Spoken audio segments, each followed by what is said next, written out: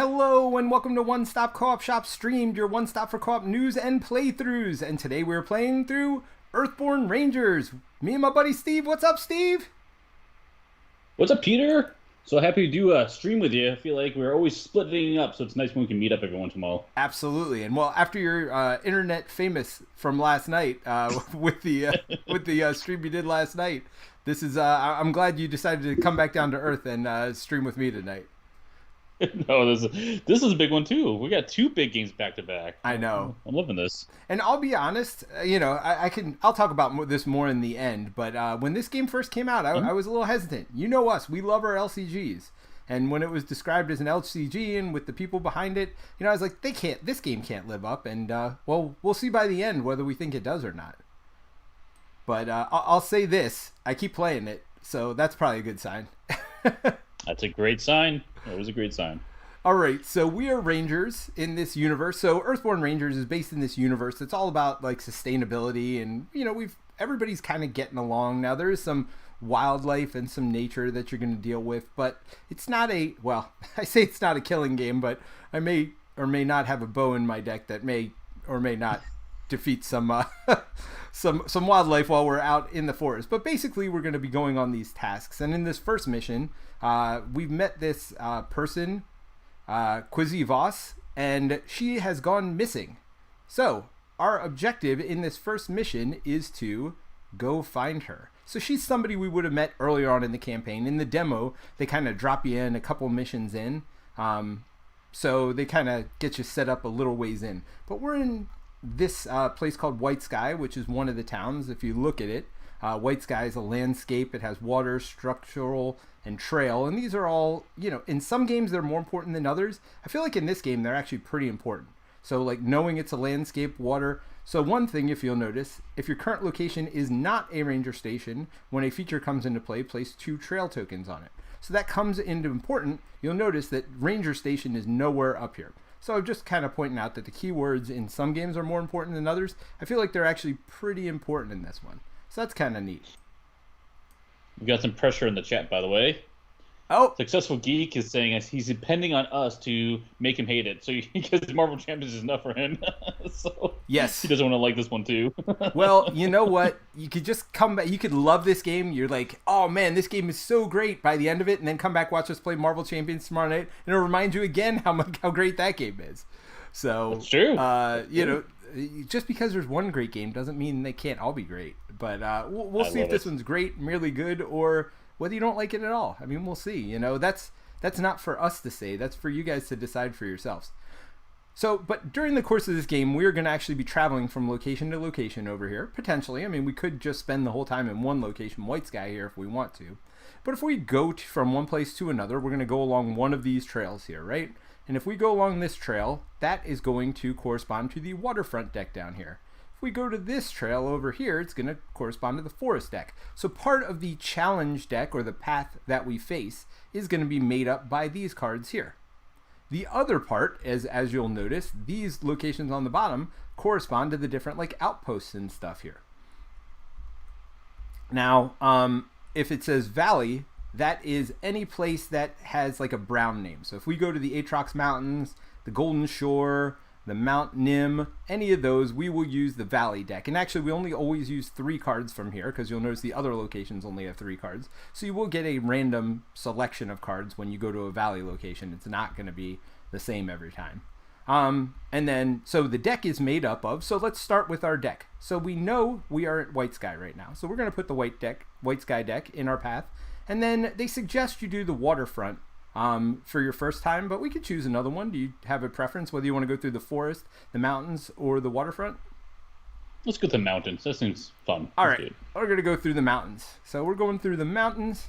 Now, so basically we are not at White Sky right now. We can kind of see it in the distance. We're traveling through the mountains. Maybe we're coming over here from Aatrox Mountains through this mountain path, and we're kind of on the way to White Sky. So White Sky is kind of the destination here. Once we reach it, we can choose to then travel from there to a different location.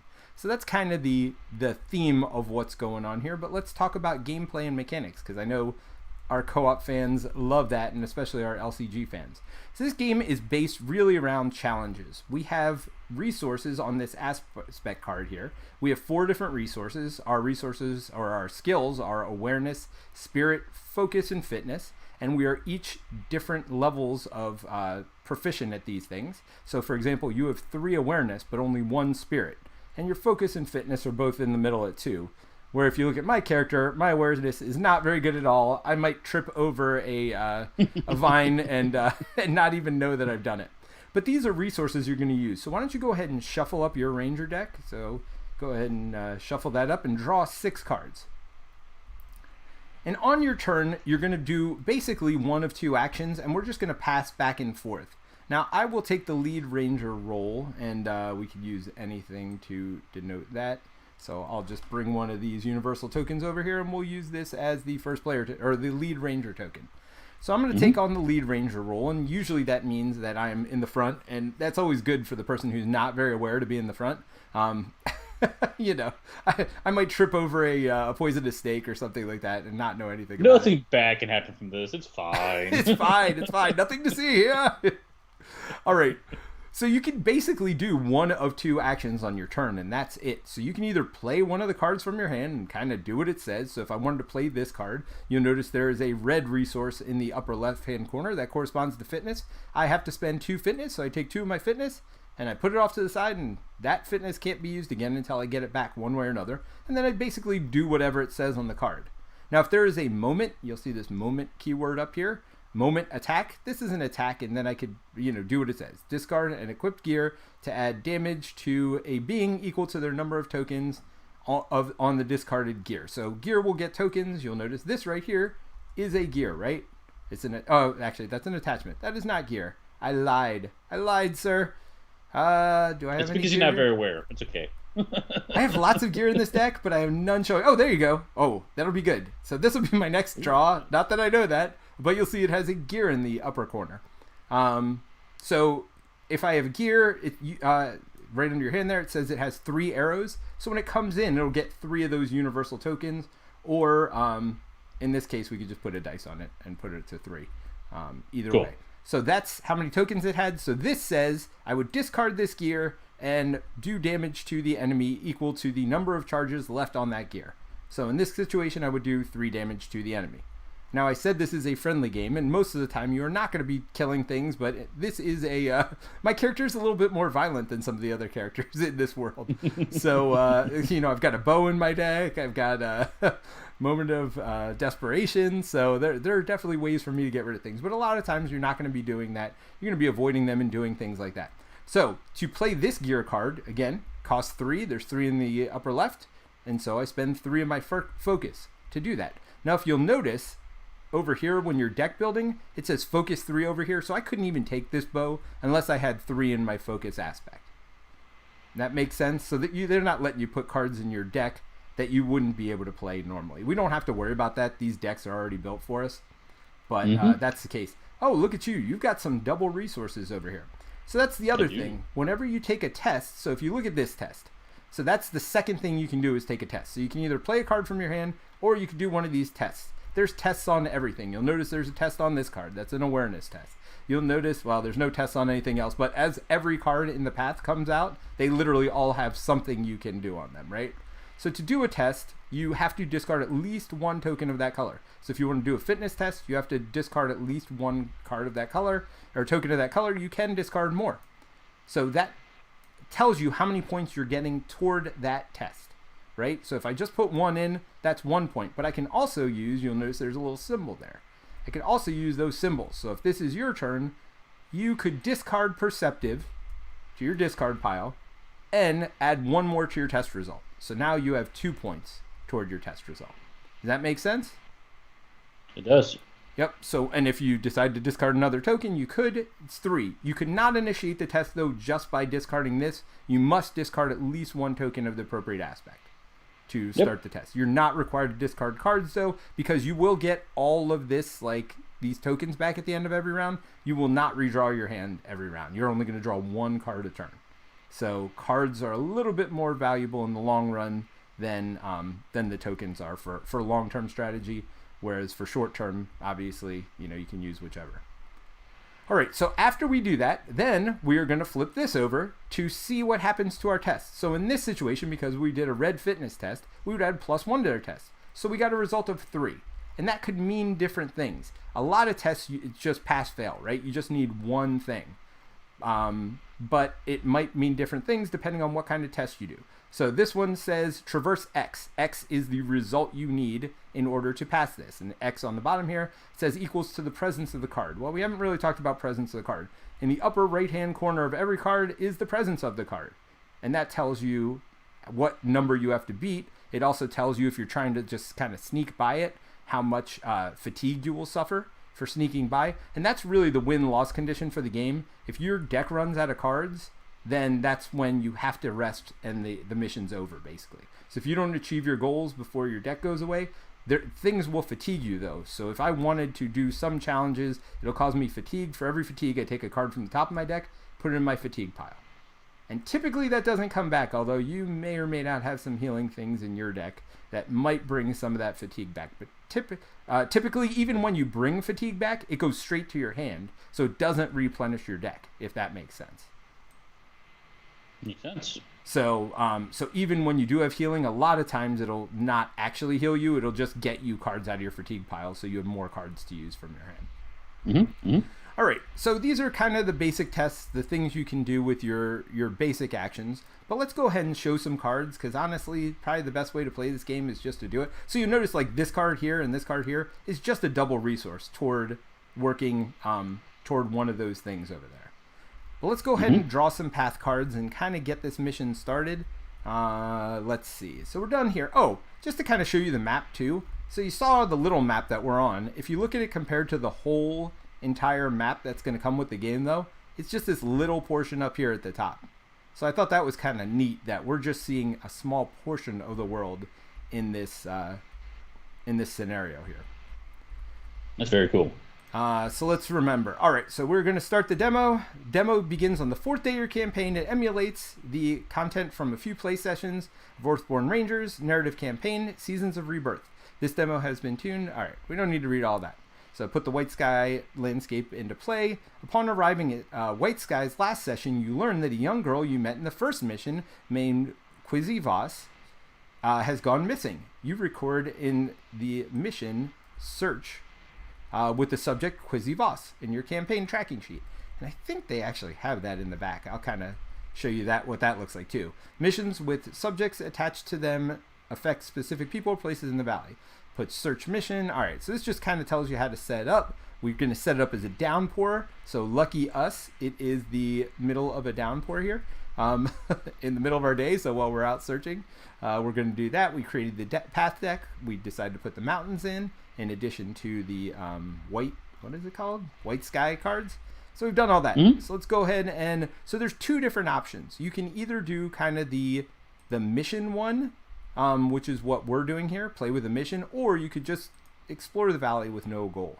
But we're going to go ahead and do the mission, which is to this one right here, what we were talking about. So let's talk about kind of the, all right, so let's flip this over because, oops, that's Lone Tree Station. We're here. Draw a path card. So first thing we do is look on the back of this and draw a path card. So path cards, we'll notice, have a couple of features. And actually, we can compare this to this up here because White Sky kind of has similar features as well. If you look in the upper left-hand corner, it tells you what you need to defeat it.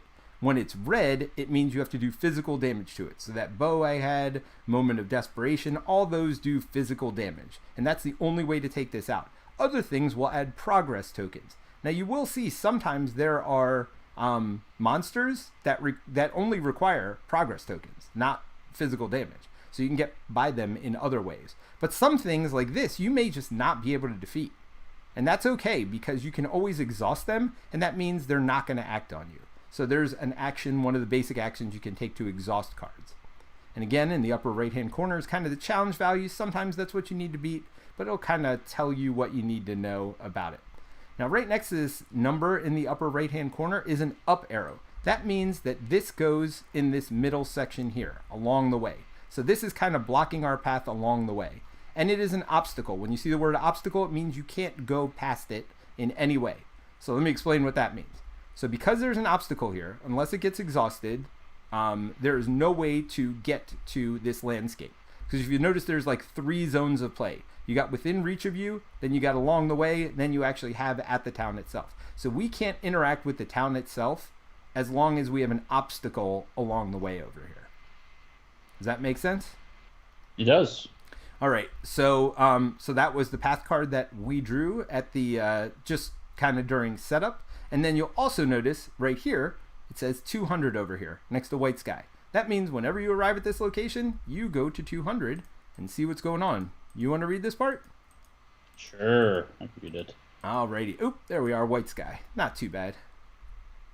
From your vantage point, you can see much of the southern shore of White Sky Lake. From the froth of the rapids at the head of the Silverfin River to the mix of rocky promontories? Yeah, I think so. And pebble-strewn beaches that slowly curve around toward the opposite shore. Offshore, you see the village of White Sky. The entire community lives on structures reminiscent of massive parasols, broad, canonical constructions made out of layers of forged carbon, layered again by solar panels. Rising up from the docks at water level, a spiral staircase wraps around the pole and links the platforms together. Several boats come and go from the docks. All right, so then if you look at the picture here of White Sky, kind of paints that same picture that you just read about. Mm-hmm. Very cool. All right, so what can we do with this? So how do we get rid of this? It's in our way, right? Now, it's not our turn yet. I'll get to turn structure in 1 second. First thing we're going to do is actually we're going to each draw a path card. Then we're going to take our turns, and we just go back and forth doing things. Again, either playing a card from our hand or doing a test on a card that we can get to. And then when we both decide to pass on that, then we can travel if we choose. What traveling means is if you look at the top left, if you have progress tokens equal to 2 times the number of rangers, we can travel at that point. There are some benefits of traveling. Number 1, you get to go explore a different location and using a different terrain, right? So depending on whatever's between you and it, you get to use that new terrain and that new locations card. So you might get to see stuff at a new location. But remember how I said some things like this, we may never be able to get rid of, right? So we could keep exhausting it, but every turn it's going to ready and get in our way again. So, that's just a temporary solution. If we move, everything that doesn't say permanent goes away. Gotcha. So it does not follow us. So if we just exhaust stuff enough, now if we don't have it exhausted, it will do its fatigue value to us if we leave a location. So you kind of want to exhaust everything at your current location before you go anywhere. So let's talk about a couple different actions, because it's kind of hard to talk about without the cards in play. All right. So this is an obstacle. It requires a fitness test with triangles. Well, if you look at my hand, I have 5 of my 6 cards have triangles on them. So that means I'm probably going to be pretty good at that. So it's a pull test with a value of 2. So you pull apart the razor sharp vines with care. So you can add a damage. So we can do damage to these by doing this test here. So you add a damage to the structure for every 2 effort. If you fail, you suffer an injury. So what's failing? Failing means getting less than 2 successes. But you can do more than that, right? Because it's 1 damage for every 2 effort you put in. Effort is the number of successes you have. So remember how we were talking earlier, you would put 2 points into it and you drew a +1, so that'd be 3. So you'd put 1 damage on this. Now, if you had decided to put both of your red in and you put a triangle card in and you drew that +1, then you would have actually put 2 damage on this and it would go away to the discard pile. And we don't have to deal with it anymore. Now, what are the negatives of leaving it out here, right? Beside the fact that we can't get there. Well, anytime you draw a card for a challenge, on the bottom there's going to be a color. All things of that color are going to activate. So there's an orange thing here. So leaving this in front of you not exhausted, whenever blue is on the bottom of one of these cards like this location will activate and will have to do whatever it says.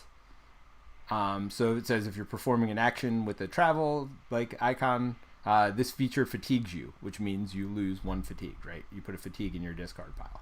So if the action you were doing had that symbol on it, so if you're doing this, it wouldn't do anything. But if you were doing that fitness test, the traverse we were talking about earlier, then it would have fatigued you. Does that make sense? It does. And it's actually pretty straightforward once you get to like resolving these challenges. So that's how the environment's going to react with you. But actually everything's going to happen. So if blue came up, first the weather would have done something, then our mission would have done something, then this card would have done something, and if you had anything within reach of you, that would have done something to you as well. So so exhausting these things, getting them out of the way, is not the worst thing in the world. So now that we understand kind of how a challenge is done, let's talk about our basic actions, because that'll kind of explain the other things we can do. So we can do traverse, which is a fitness test with X. So the nearby terrain, so you look again at keywords, this is a feature flora obstacle, not a terrain. But this one is also not a terrain, so never mind. So, but you could do it, a nearby terrain, to add progress equal to your effort to the landscape or feature. If you fail, suffer an injury. Right? So this is how you add those progress tokens to terrain. I thought this was a terrain. No, it's a landscape. All right. So never mind. So that's not going to help you there. So you can also do a spirit test here, and you could, with hearts, and connect with the life around you.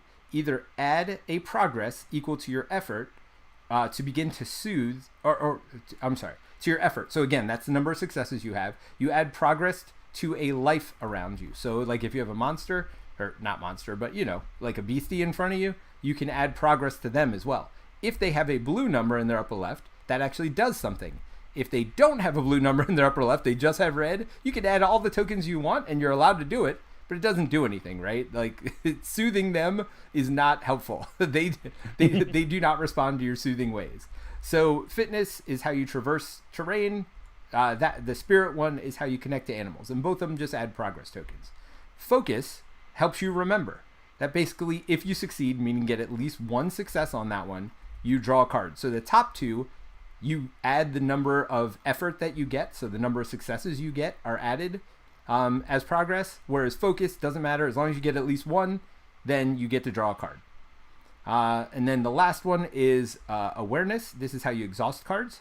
So you use awareness plus the little chain links over there to observe X, the behavior of things around you. Exhaust one being. So again, being are typically the animals. It lets you exhaust them or tap them, so that way they don't do things to you. Now, we do have a comment that popped up from Timothy. Sweet. He said that traverse applies to landscapes and features. The terrain part is in gray is just flavor text, he says. Yeah, that's right. So to your landscape or feature, and you notice this one down here, you're right, is to being to a being. And the other thing you can do with this second action is you can soothe a fatigue from any ranger. Soothing a fatigue is, again, you take a fatigue and you add that card to their hand. So you can soothe other rangers. And for that one, you only need one success. But yes, I'm sorry. Yeah, landscape, I thought that was true. I was just, I got in my own head there for a second. No problem. The chat has our back tonight, so we're good. Nice. So this observe thing is how you exhaust things in front of you. Again, it only works on beings, so it would not work on this. This is a feature. So this is a feature. I'm sorry. This is a landscape, right? So if you look at the first word, landscape, feature. So you can add progress to them. Adding progress to this one, though, does not help you get by it. And then I'll explain how you could still interact with this even if you have stuff in front of you, but we'll take that as we come. That is good enough for the basics. And I will not cheat and start with my bow, although I'm gonna shuffle it in even. Look at that. Look at me doing the right thing. Man, being legit here. Oh boy. Because the first thing I would have done is gone and try to draw a card knowing full well that bow is on top. Oh, look at this. Hey, look what I got. I got a bow. Now the bow would not work on this because it only works on beings anyway, and this is a feature, so I can't shoot the ground basically with a bow. All right, so remember, the first thing we do on our turn is draw a path card. Starting with me, who's the lead ranger, I'm going to draw a path card. We're going to resolve it first. Oh, guess what? Another one of these. No. There's a lot of wires on the ground. Yes, there are. So why don't you go ahead and draw your path card, and we'll kind of suss it out after we see it. All right, so first thing you'll notice is it also has this up arrow, which means it goes to the along the way. So good news, nothing's in front of us. But let's pretend this was in front of you, right? Just for a minute. But you're like, you know what? I don't care about this bird. I got to get to these things, right? We got to get past these obstacles. So if you wanted to ignore the bird and go toward these, you can, as long as it doesn't have that obstacle keyword. And it doesn't. It has persistent, which, by the way, as we remember, when we leave, persistent things stay. right? So we are going to have to deal with this one way or another before we get out of here, because this bird is going to follow us. This circling Irix. I guess it's circling because it thinks we're going to die. It has less faith in us than we have in ourselves. It's a bad omen. It is a bad omen. But let's say you want to work on this challenge here, right? You couldn't work on the landscape because, again, both of these have obstacles, so you can't go past them. But you can go past something that doesn't have obstacle. To do that and to work on this challenge, you just work on the challenge like you normally would, discarding tokens to do that challenge. But here's the key. Because you're ignoring the thing that's in front of you, within reach of you, you take fatigue equal to its presence number here. So you would take 2 fatigue if you wanted to do a test beyond it. Does that make sense? Mm-hmm. Also works for here. So if you wanted to ignore these, again, pretending these don't have the obstacle word, and you wanted to work on White Sky just to progress, like let's get out of here, there's too much bad stuff going on. You wanted to work on progressing this, or you wanted to do this awareness test on the bottom, whatever, you could do that, but you would have to take 6 fatigue to pass all 3 of these. That makes sense? It does. So yeah, you just look at the fatigue number. All right. So let's get started. Let me know if you have any questions about any of your gear, but I'll go to mine. Attached to any one trail. When one or more progress is added to the attached trail, add an additional one. So if it didn't have these obstacles in my way, I could place this on one of these trails over here, and that would let us, when we add progress to it, add even more progress. So I got one of those. You might be able to do that. Is this turn-based, or can you play somewhat simultaneous? Well, it's turn-based in the fact that I'm going to take an action, then you're going to take an action. And then I'm going to take an action, then you're going to take an action. There's a couple of things I forgot to talk about. We do have special abilities. Mine is I can add a token to any gear by exhausting my ranger. When I do that, he just exhausted, and by the end of the turn, he just comes back again. Yours is you get to place your ranger token on any feature, right? I think that's what it says, right? Feature? On a feature. So you do take fatigue equal to that features. So you would put your token on here, and you would take 2 fatigue because it's got 2, right? This is a feature. You could do that, and what that would do is give me +1 to all my tests at that location. So it helps me to pass stuff here. So you're basically assisting me. I don't have a way to go on locations right now. Some locations will require you to go on them, and there'll be a test I'll have to take. Where you won't have to do that, you can just exhaust your roll card to put yourself there. So you're a little bit more of an assist character. You've got some healing stuff. I really like this card in our current situation. Being able to exhaust those obstacles. Each obstacle within reach of you and along the way. So again, within reach of you and along the way. You would exhaust everything. Yep. Suffer 1 fatigue for each obstacle exhausted this way. So I can go first, and then you can go. So I don't have to work on one of these challenges, although I think I might. Just to kind of, at some point, we got to get rid of these things, right? And I've got a lot of... do we? Because if I exhaust them and we clear this, can't we get rid of them? Oh, yeah. You want to move already? Go to a different location? You're like, I'm tired of searching for her over. One thing I forgot. Let's not forget this. Let's talk about the mission. This is very important. I guess there's someone. So we need to search for her. So if your current location is not a ranger station, which it is not, let me tell you as a matter of fact, you'll notice we would know this, right? Because we're the rangers of the land. Both the Northern Outpost and the Lone Tree are ranger stations. So as long as we're not at either of those locations, we're going to do this special effect here, which is whenever a feature comes into play, place 2 trail tokens on it. So we're going to use generic tokens to make trail tokens. And here is why we might not want to do that.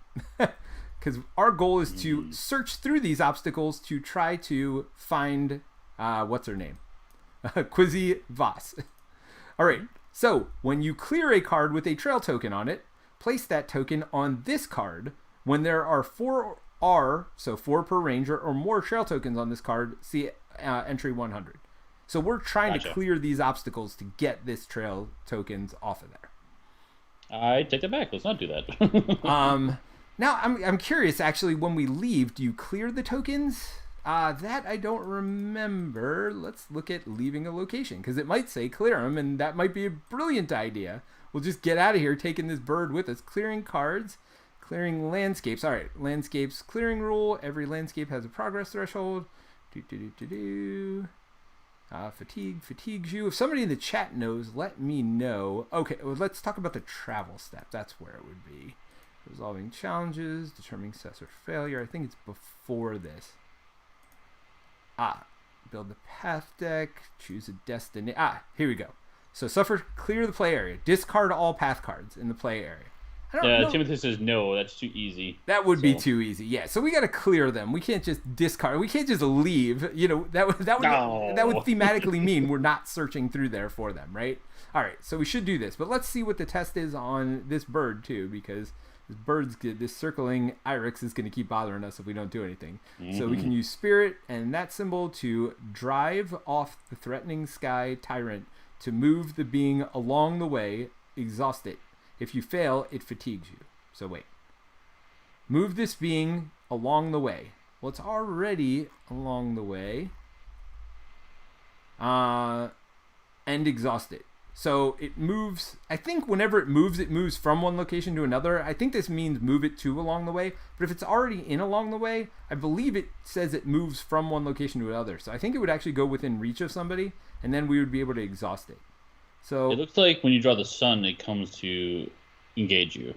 So that's how to get rid of it from in front of you, is to do this thing. So right now it's not bothering us, right? We can do these challenges because it's at the same quote-unquote distance from us, right? Yeah. He's like way up in the sky. We see him, but he's not really bothering us. So we can do these challenges. So I'm going to go ahead and work on, well, let's see if any of these things will help me with a fitness challenge, or if any of these things are things that attached to one of your equipped gear. When you use a token from the equipped gear, I get to soothe one fatigue from myself. Oh, that's nice. I have 2 of those favorite gears. Trail markers attached to one trail. Oh, we already saw that one too. Oh man, I drew some duplicates. I have power cells attached to an equipment. Use cells, so I could get 3 cells to get basically 3 more charges on one of my equipment. All of this sounds very nice, but I need gear, and this we already saw, discard a gear to do damage to a creature, which might be nice if I get to draw some gear. All right, so you know what? I'm not too concerned with these trail gears and stuff. I'm going to go a little bit all in. I'm going to spend one of these, and one of these. All right, so I'm spending 2 triangles and 1 fitness token to have 3 to my test. All right, because you'll see it's a fitness test, and triangle tokens are what makes it go. Now these challenge cards, by the way, I never said, they're from +1 to -2. There's only 1 -2 for each color out of 24. So if you're even, you have a 2/3 chance of succeeding or getting the exact number that you have. If you are 1 over, like I am right now, then you have 23 out of 24 chance of succeeding. So it's not like Arkham where you're like really in trouble. Now what I'm hoping for is a +1, because I'm at 3. That'll get me to 4 and just clear the thing. Boom. -1. No. All right. So I do add 1 progress, and because it's red, it takes a wound progress, I guess. So there you go. 1 progress toward that.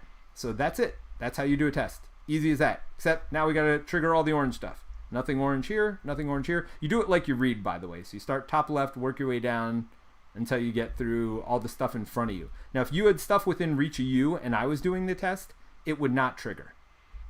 Just the stuff in front of me. Does that make sense? But we do have to deal with this. We will, right? But let's go ahead and look at this one first. They must have come this way. Move 1 trail token from one feature to another feature. Well, that's nice, because we're going to remove 1 from here and add it to here.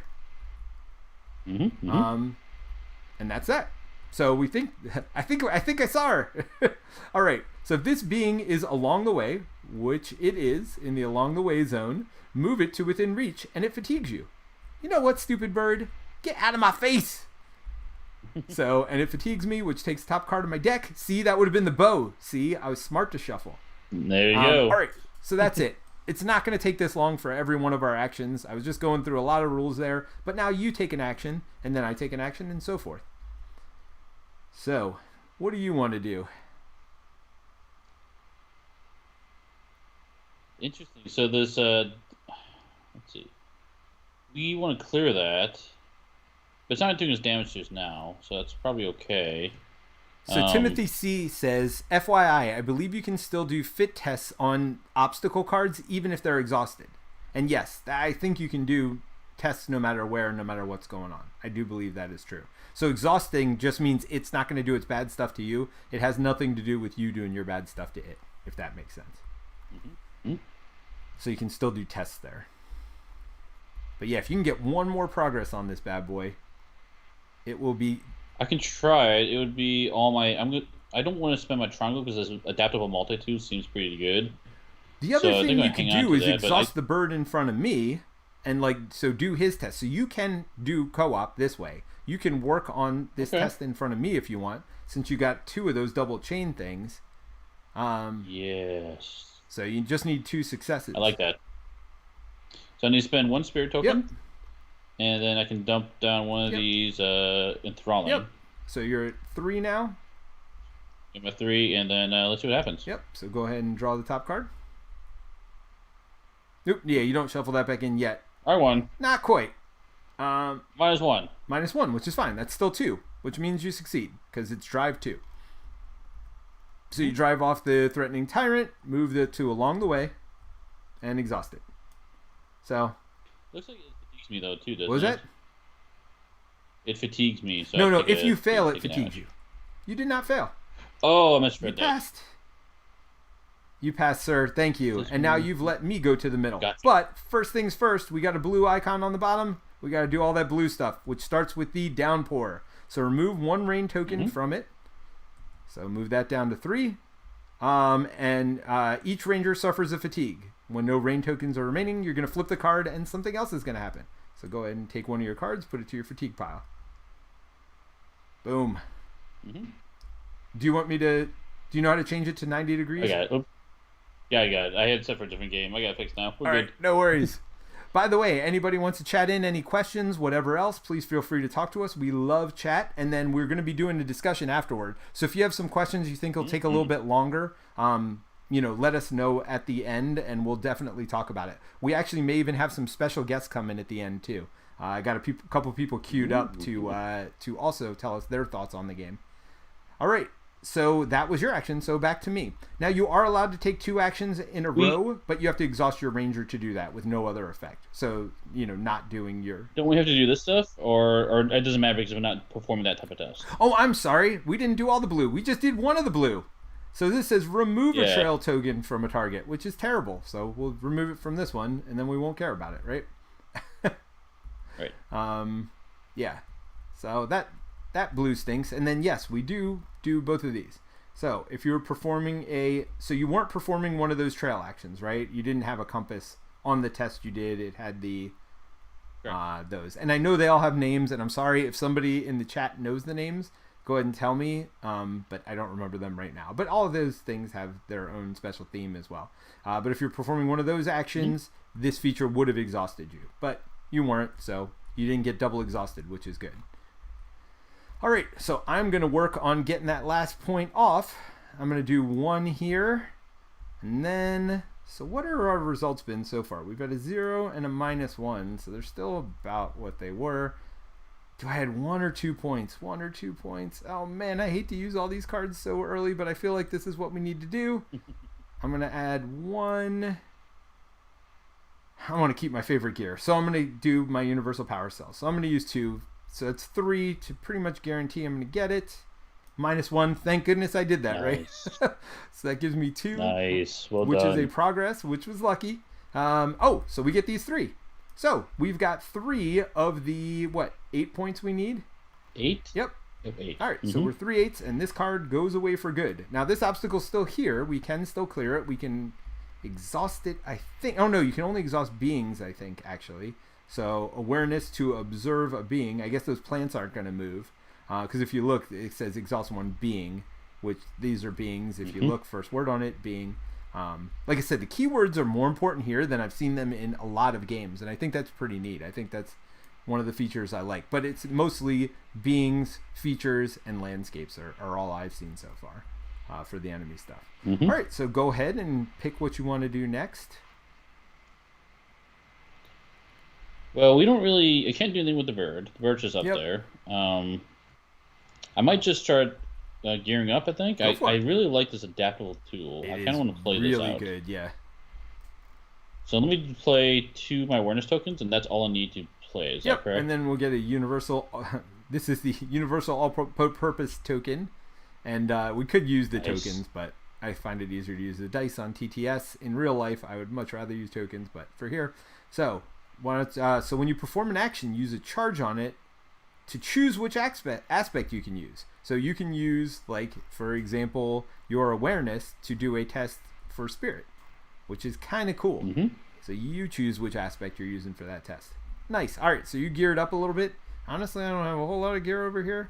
Let's see. Am I going to connect with myself? Do I do that to just draw a card? Or no, focus is draw a card. So maybe I do that. I'll spend my 2 focus tokens. Oh no, I have 3. I don't need to spend 3. I'll spend 2 of my focus tokens. Oh, one last thing I forgot. You see these diamonds here? That is always associated. Oh, I thought it was always associated with a -2 card. But maybe this is a good card because it's got 2 +1s on it. Either way, whenever you see those diamonds, it means shuffle the deck back up again. So I'm going to go ahead and do this test to try to draw a card. Focus is 0. I spent 2, so I do get to draw a card. Come on, gear. Oh, I did get that bow! Look at that! Nice. I didn't cheat! But, unfortunately, I just spent 2 focus, so I can't equip the bow. No! Darn you! That's alright. I'll be able to equip the bow next turn. The turn after, I'll be able to shoot the bird. It takes a while to use the bow. The bow is not a fast weapon. Well, because it's a focus test, right? So it takes all your focus to put it out. Then you have to do a focus test to do it. Now, for each success you get, or each effort you put into it, successes are effort. I've been using those terms interchangeably. For each effort you have, it does 1 damage to a being. And even if stuff's between you and it, so if there's something within reach, you could still shoot because, well, it's a bow. So Michael on the chat says we need to get rid of fatigue. It's fine. It's all good. But if you want to do that, that is a spirit test. Oh, but you don't have any spirit left. So, nope. I can do that for you. But there are cards that I know you have more cards than I do that definitely give fatigue or get rid of fatigue. Yeah. Yep. And we don't have to use all these tokens either. If we wanted to rest right now, we could. Right? There's nothing forcing you to use everything. Like if we got nothing we want to do. Would unexhaust the bird, I'm assuming? Do what now? Michael has a good point, actually. He says, getting rid of fatigue, it says it's the same as drawing a card, which is true, actually. Well, it is, absolutely, except it doesn't exhaust your deck faster. So you're right, it's just as good. So you can do both, though, right? So you can do a test. By the way, we forgot to trigger this. So suns get triggered here. This one moves a token from one to another. Well, there are no tokens out, so you just ignore it. This is exhausted, so we don't do anything with that. So nothing happens with this test. Okay. But if we were to rest, that's going to ready up the bird. It's going to ready the bird, and we both draw new path cards as well. Gotcha. Yep. So, yes, spirit is how we connect, which is how we could draw cards from fatigue. But, yep. So you can use focus to draw cards. What's the bottom one? Awareness would exhaust. There's nothing to exhaust, so that one's not useful right now. Or you could use your fitness over here to try to overcome this obstacle. I mean, it'll get rid of it. Yeah, but I need triangles. I don't really have any. Well, you could just use the 2. Not going to hurt you, right? That's true. Use the 2 and see what happens. See what happens. I mean, worst case scenario, you get a -1 and you wasted an action, right? Which. Yep. Okay, and flip it over. So 0. There you go. 0. 1 harm. Boom. Halfway there. Boom. I mean, I guess the other thing you could have done is put yourself on there, and then if I'd done it, I would have gotten +1 to my test, but I don't think that was really necessary. All right, so I am going to do as Michael suggested, and I am going to work on trying to get my fatigue back. So I've got 2. I'm just going to spend 1. Why not? If I fail, there's literally nothing that happens to you if you fail this test. Oh, again, except we trigger stuff. So never mind. So red over here. Red says suffer 1 fatigue. So when you did... Wait, did you do that test? You did, right? That was me. So just you suffer that 1 fatigue. So that is the negative of putzing around a little bit. So maybe I do use both counters because red is really the only bad result. Challenge icon, Timothy says. What's a challenge icon? What was that? Oh, that's what he's talking about. Timothy The says icon on the bottom. challenge It's a little icon. behind. Oh, that's what that Yeah, he wanted us to suffer that fatigue. Yeah, I keep forgetting to do that. So because of that, I'm actually going to go ahead and do both at the same time to try to draw this card back. Unless I get the -2, I should be fine. But we are going to have to suffer the challenge icon, which is not great. All right, so that was a yellow test. So it's +1, so I got 3. Guess what that means? Absolutely nothing. You succeed. I have 3 effort, but it doesn't matter. Ooh, I drew a double triangle. Ooh. That seems good, but I don't have fitness to initiate that test. But I will next turn, so it'll be fine. But we got to initiate this or do this challenge, which is not great. Mm-hmm. So we both suffer fatigue from the rain. Stupid rain. And then we would move a trail token from one to another, but there's nothing to move it to. If I was performing one of those actions, was I? Was I? No, I was performing a heart action. So, nope, not that. So I'm good. All right, back to you, Steve. What you want to do? Don't got much. I'll tell you that much. Let's see. I can probably draw cards. I can't really heal focus myself. To draw a card. Spirit for that. Yep. Yeah. And I need triangles for that. I don't really have any. Well, you don't. And again, you don't have to discard cards. You just use 2, and I mean, you're basically guaranteed to get it. Yeah, I'll give her 2 of these and try to draw a card. Yeah, the only negative is, it could trigger stuff. You got 1, so that's enough to get 1. Yep, so go ahead and draw a card. Yeah, as long as you're positive, you're good. All right, so... And challenge... We unfortunately you have to suffer fatigue. I just go through my deck so fast. It's all right. Come on. I think we'll be okay. I think we'll be all right. All right, so back to me. I have focus. Do I want to do anything with that? So I could try to draw another card. What's the worst thing? I mean, honestly, though, 2/3 of the cards in here will trigger either blue or red and fatigue us. So if I draw a card, I'm basically going through 2 cards. So I'm just going to say I'm done. I'm going to start my rest for the day. Timothy C says, challenge icons, lots of laugh. He wants us to suffer. We could just keep, you can sit here messing around all day going through your tokens, but, you're going to suffer the consequences of it. I'm going to say I'm good.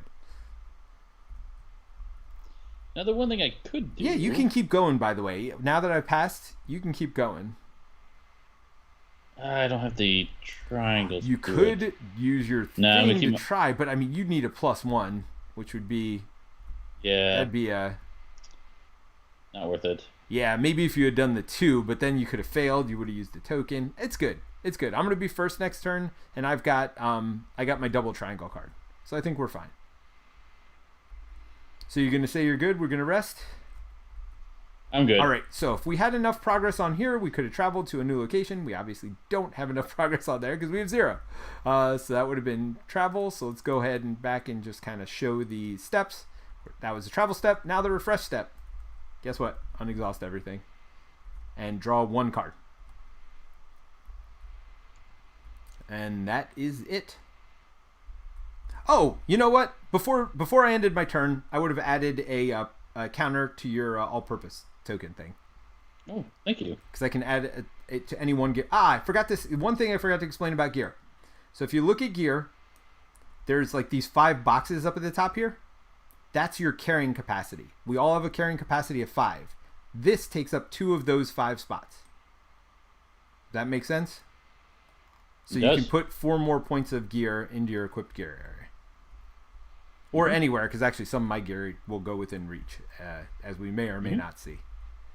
All right, so that's the end of the round. So we start right up at the beginning again, and we draw a path card. So starting with me is the lead ranger. Lead ranger doesn't change in this game. You just keep doing it as far as I saw. Oh, guess what? We got another birds.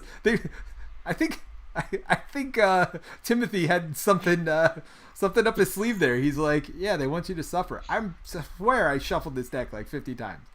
Go ahead. They're multiplying. We did. We got like doubles of both. Okay, so this one also has an up arrow. Oh, but this is a person. Which seems like a nice person. She's got fishies. So we are going to read 220. So she's friendly. So what friendly means is if you try to go past her, it doesn't do anything. Like you can go past her and she won't fatigue you. When you leave a location, she won't fatigue you. Right? So that's what friendly means. Persistent. Gotcha. This being if they have any progress. So if we put any progress on her, so remember we can use that action or this connect action over here to connect with her. If she has any progress at all at her, she becomes persistent, meaning if we travel to a new location, she will come with us. All right, but let's find out a little bit about our Tell the Fish Folk. So 220. All right, you want to read this one? Sure. Ahead of you, a thick post rises out of the blue water. Perched atop it, a person with bushy orange hair wearing an oversized vest and bulging pockets is casting their incredibly long fishing rod into the waves. As soon as they see you, the fisherfolk reels in their line and flips the pole around, thrusting the base of it into the water. They push off from the top of the post and their fishing rod to the vault to the shore, landing on the trail in front of you. Keep quiet now and mind yourselves. The fish are skittish enough today as it is. All right, so that's it. And that's it. All right, so we got a fisher folk over here. Focus. We can do a focus event to fish with her. So fish with the affable angler to exhaust this being. If there is a water feature, so if you look on the feature, remember I said these things. So this is a flora and an obstacle. If there's a water feature in play, exhaust this being if there's a water feature in play. So you'd exhaust her if there is a water feature in play. And then one ranger soothes 2 fatigue and add 1 token to each food card. So if we had cards with food, we would add a token to it. Again, you look at keywords. Remember how I said keywords were important in this game? Mm-hmm, mm-hmm. So when we clear her with, if she dies of damage, so she has both, you'll notice. So she could take damage and she can be have progress. If she dies of damage or if she has full damage, you read 222, which is probably not great. If she's cleared with the other thing, we strike up a conversation, we read 223. So things will happen if we talk to her. And again, so there's side quests, there are things that are going on. You'll notice at the bottom, she's landmark White Sky. So she comes from the White Sky. All this other stuff has been coming from the mountains. So you can kind of tell where stuff is coming from. All right, we might want to see what happens when red happens. If there is an active predator, which there is, right? These are both predators. Mm-hmm. Exhaust it. So she'll exhaust one of these for us. But you can add damage to this being equal to that predator's presence. So it's going to do, remember, presence upper right, 2 damage to her. She only has 3 life. So if we don't take care of these predators, even by exhausting, so active means not exhausted, right? So we could exhaust them to try to stop her from killing herself, messing with the predator. So you'll see cards will interact in a very natural and easy way in this game. Kind of just by triggering things, and it's pretty easy, right? As long as you remember to do it, which is not always my forte. But yeah. So if this being is within reach of you, and you have at least 3 fatigue, exhaust it and suffer an injury. So the only reason I'm pointing that out is injuries are terrible. So what injuries do, I don't have 3 fatigue, so that's good. But so if it's with, I might. Well, but it has to be within reach of you, right? So it doesn't trigger unless it's within reach of you. And don't forget, you can always do the spirit test to like fatigue it. But if it is in front of you, what that means is you take all your fatigue and put it in your discard pile. That doesn't seem so bad, right? You can't soothe it, but whatever. But here's where it gets real bad. You get an injury token. Then every time we rest, being reset. Oh, by the way, don't forget to get your tokens back. Every time we reset at the end of the round and get our tokens back, you will take 1 fatigue for each injury you have. If you ever have 3 injuries, is another way to lose the mission. So getting injuries, very bad. And not only do you lose the mission, but you then get a card to go in your deck. I think that's over here somewhere, one of these cards. That's like, lingering injuries. So you get this lingering injury card for your next mission. What the heck? Which is just bad. So it fatigues you too when it comes out. Forced. When you draw this card, attach it to your roll. And it's going to just keep fatiguing you too, right? And you could treat yourself to get rid of it, but still not great. So, yeah. So getting injuries, not good. So, yeah, we don't have to worry about that now. It's still up there, but something to think of. Though, thank you, Michael. Michael says those birds are going to kill her. Yes, they are. Now, do you guys know? Because this is a question I had, and I've been playing it that she only exhausts one of them. Because it says if there is an active predator, exhaust it. So I only think she goes after one at a time at least, if I am not mistaken. That was my assumption as well. I read that. I had to read that twice because I could see it both ways, right? Yes. I could definitely see it both ways. We've been playing. She does one at a time. Yeah. But you guys tell me what you think, and we'll go from there. So that's. I mean, they could could be like the Birds movie, right? So all the birds come down. Right. Well, then they would both get exhausted, I guess. So, all right. Sure. So what do you think? I think I still go after this, right? Timothy says I would think 1, 2. Yeah. Seems like we're all in agreement. Yeah, I'm pretty sure it's only one. Now, I can either go after this, or are you planning on exhausting the bird? I mean, we're not in any rush to get rid of this, because to be honest, it doesn't have the progress tokens on it, so it doesn't matter. So we could just exhaust the birds first. Maybe we should do that. All right. Doesn't it have to move this along the way and exhaust the filthy? So does this have to be within reach in order to do that? I don't think so. But don't forget, we also have our soothe option over here, down here, or observe option. So we could just observe it, which you're really good at, and I'm really not. So I can observe things. Yeah. So maybe we let you do that, and I'm just gonna put out my bow then, because that's not gonna cause anything to happen. So that is gonna use all my blue focus tokens, and I'll get ready to take care of those birds in a minute. we'll take care of those birds. Don't you worry about that. I love Hitchcock films, so I'm voting for the bird scenario, says Thomas Clark. Thanks, Thomas. We definitely appreciate that. All right, so you're going to soothe one of those birds? No. No, just kidding. I mean, you don't have to. That's fine. You do you, brother. I'm just giving crap. So yeah, I need spirit and... No, you don't need spirit. So remember, you're going to do the observing one, which is over here. So it's an awareness test with those thingies. I shall be aware, plus I will use my enthralling awareness to help with that. Nice. So 3 total. You do need 2 successes because the challenge value of this is X. If you fail, nothing negative happens, but it's still... Let's try it. What's the worst that can happen? Yeah, no, you're good. There's only 1 card out of the remaining however many that could possibly be the bad one. So you're fine. Totally fine. Flip it? -1. All good. We're good. All right. So just exhaust one of them. Well, I'll let you pick. You pick your bird to exhaust. Yeah, we'll do that. Is this about bird watching? It is about bird watching, Timothy. Yeah, no. This game's called Wingspan. I don't know if you've ever heard of it. It's a little bit internet famous. Yes. Oh, he said, is this another game about bird watching? Yes, I think he was referring to Wingspan too. All right, so we both have to take fatigue from the weather card. Boo. Boo, rain. Yeah, no, pouring rain's no bueno. That is for sure. Mm-hmm. We have to move a token or remove a token, but guess what? There's no features. We got no features this turn, which is not great for trying to do a mission all about features.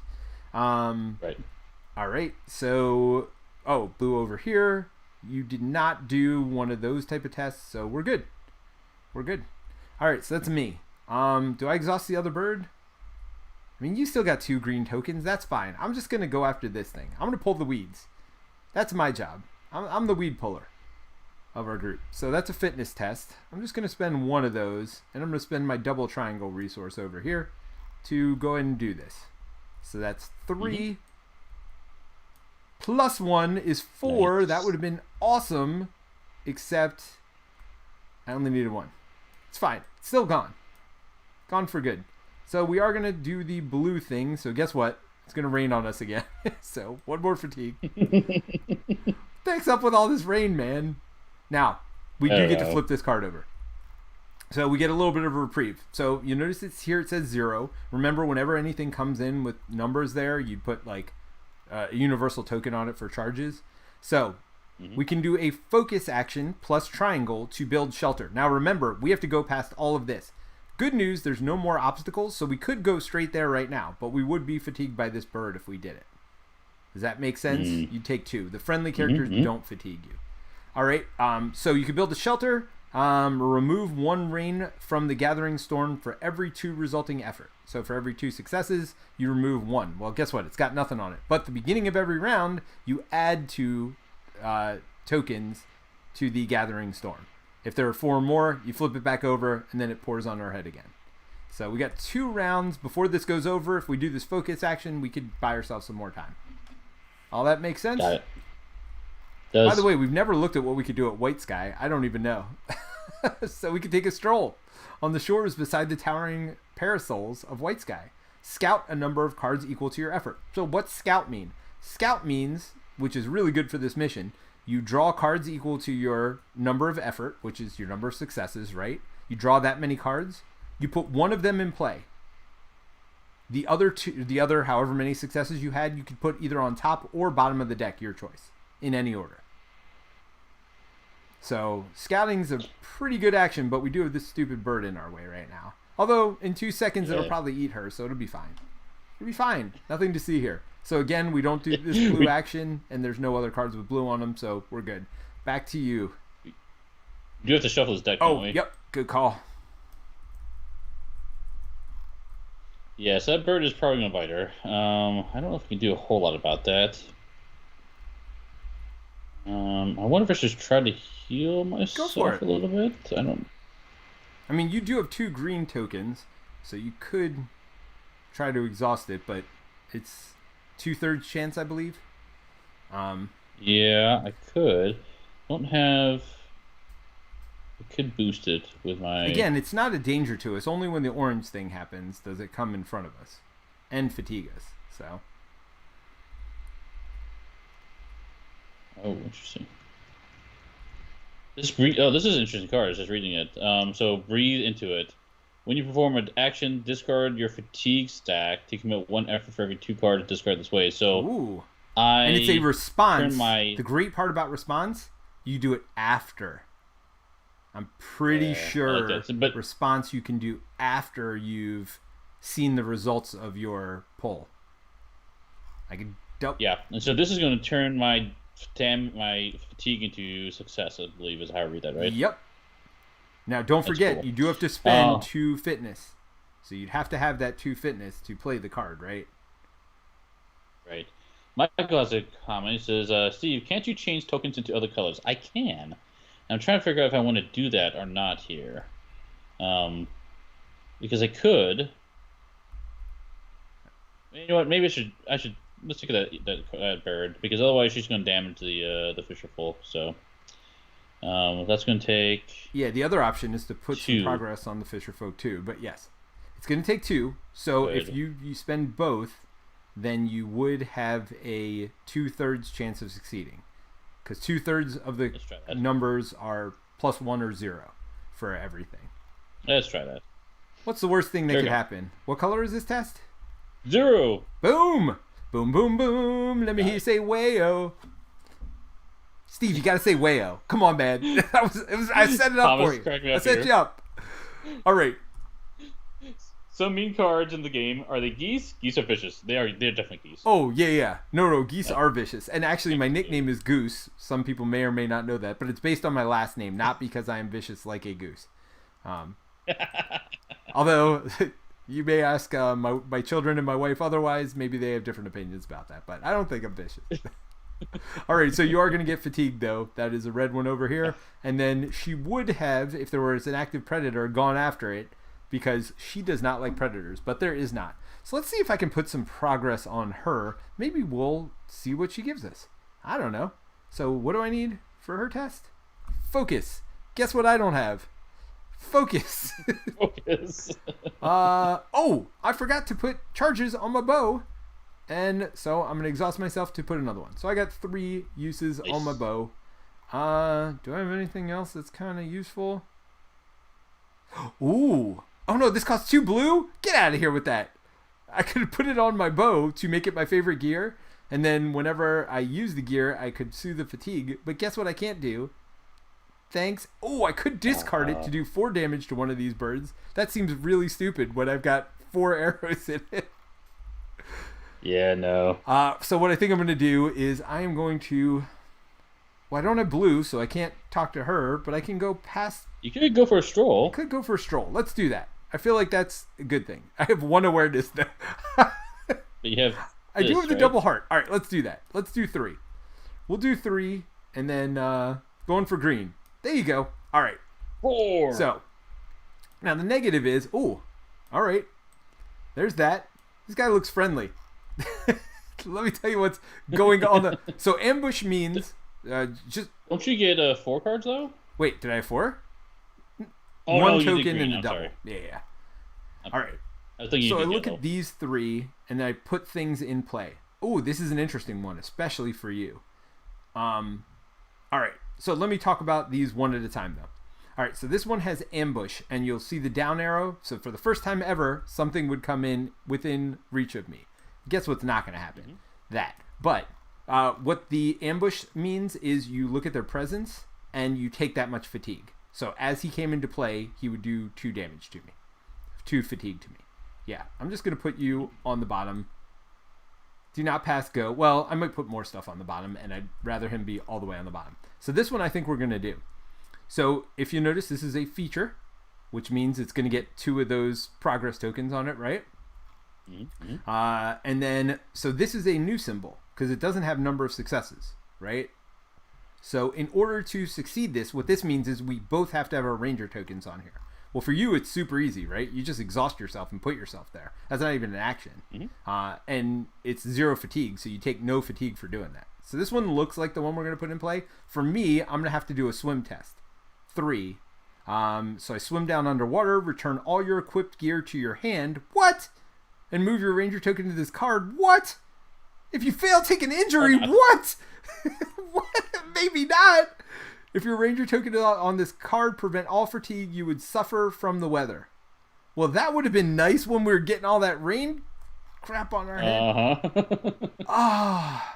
So if we clear it, we gain audience with the scientists. So not only would we get 2 progress tokens, but we'd also get that. But swim 3 is what? I have none of those cards in my hand. What is it? Fitness? Which I'm only 2 at. Yep. So that means I already start. I'd have to get a +1 to get there. That's terrible. And if I fail, I get an injury? I don't know about all that. Yeah, not worth it. I mean, it would be awesome earlier when you didn't have the bow out, but yeah, not now. Well, but here's the thing. We could still put it in play and use it to, like, when we move tokens from other thing or remove tokens, we could still remove from it, right?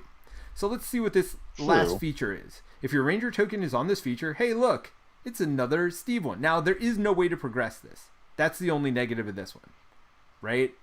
So there's literally no way to progress it, so there's no way to get those tokens off of here. Although, I mean, we could theoretically get them off of here. If your ranger token's on this feature, you may ignore an obstacle keyword on your turn. Oh, so I guess you're kind of like high up above it or something? So another focus 3 test. Brace yourself for the ride. Move your ranger to this feature. At least there's no injury. Travel. If all ranger tokens are on this feature, you may travel 1 additional time after reaching your destination. So instead of moving 1 spot on the map, we could move a 2nd spot all at once.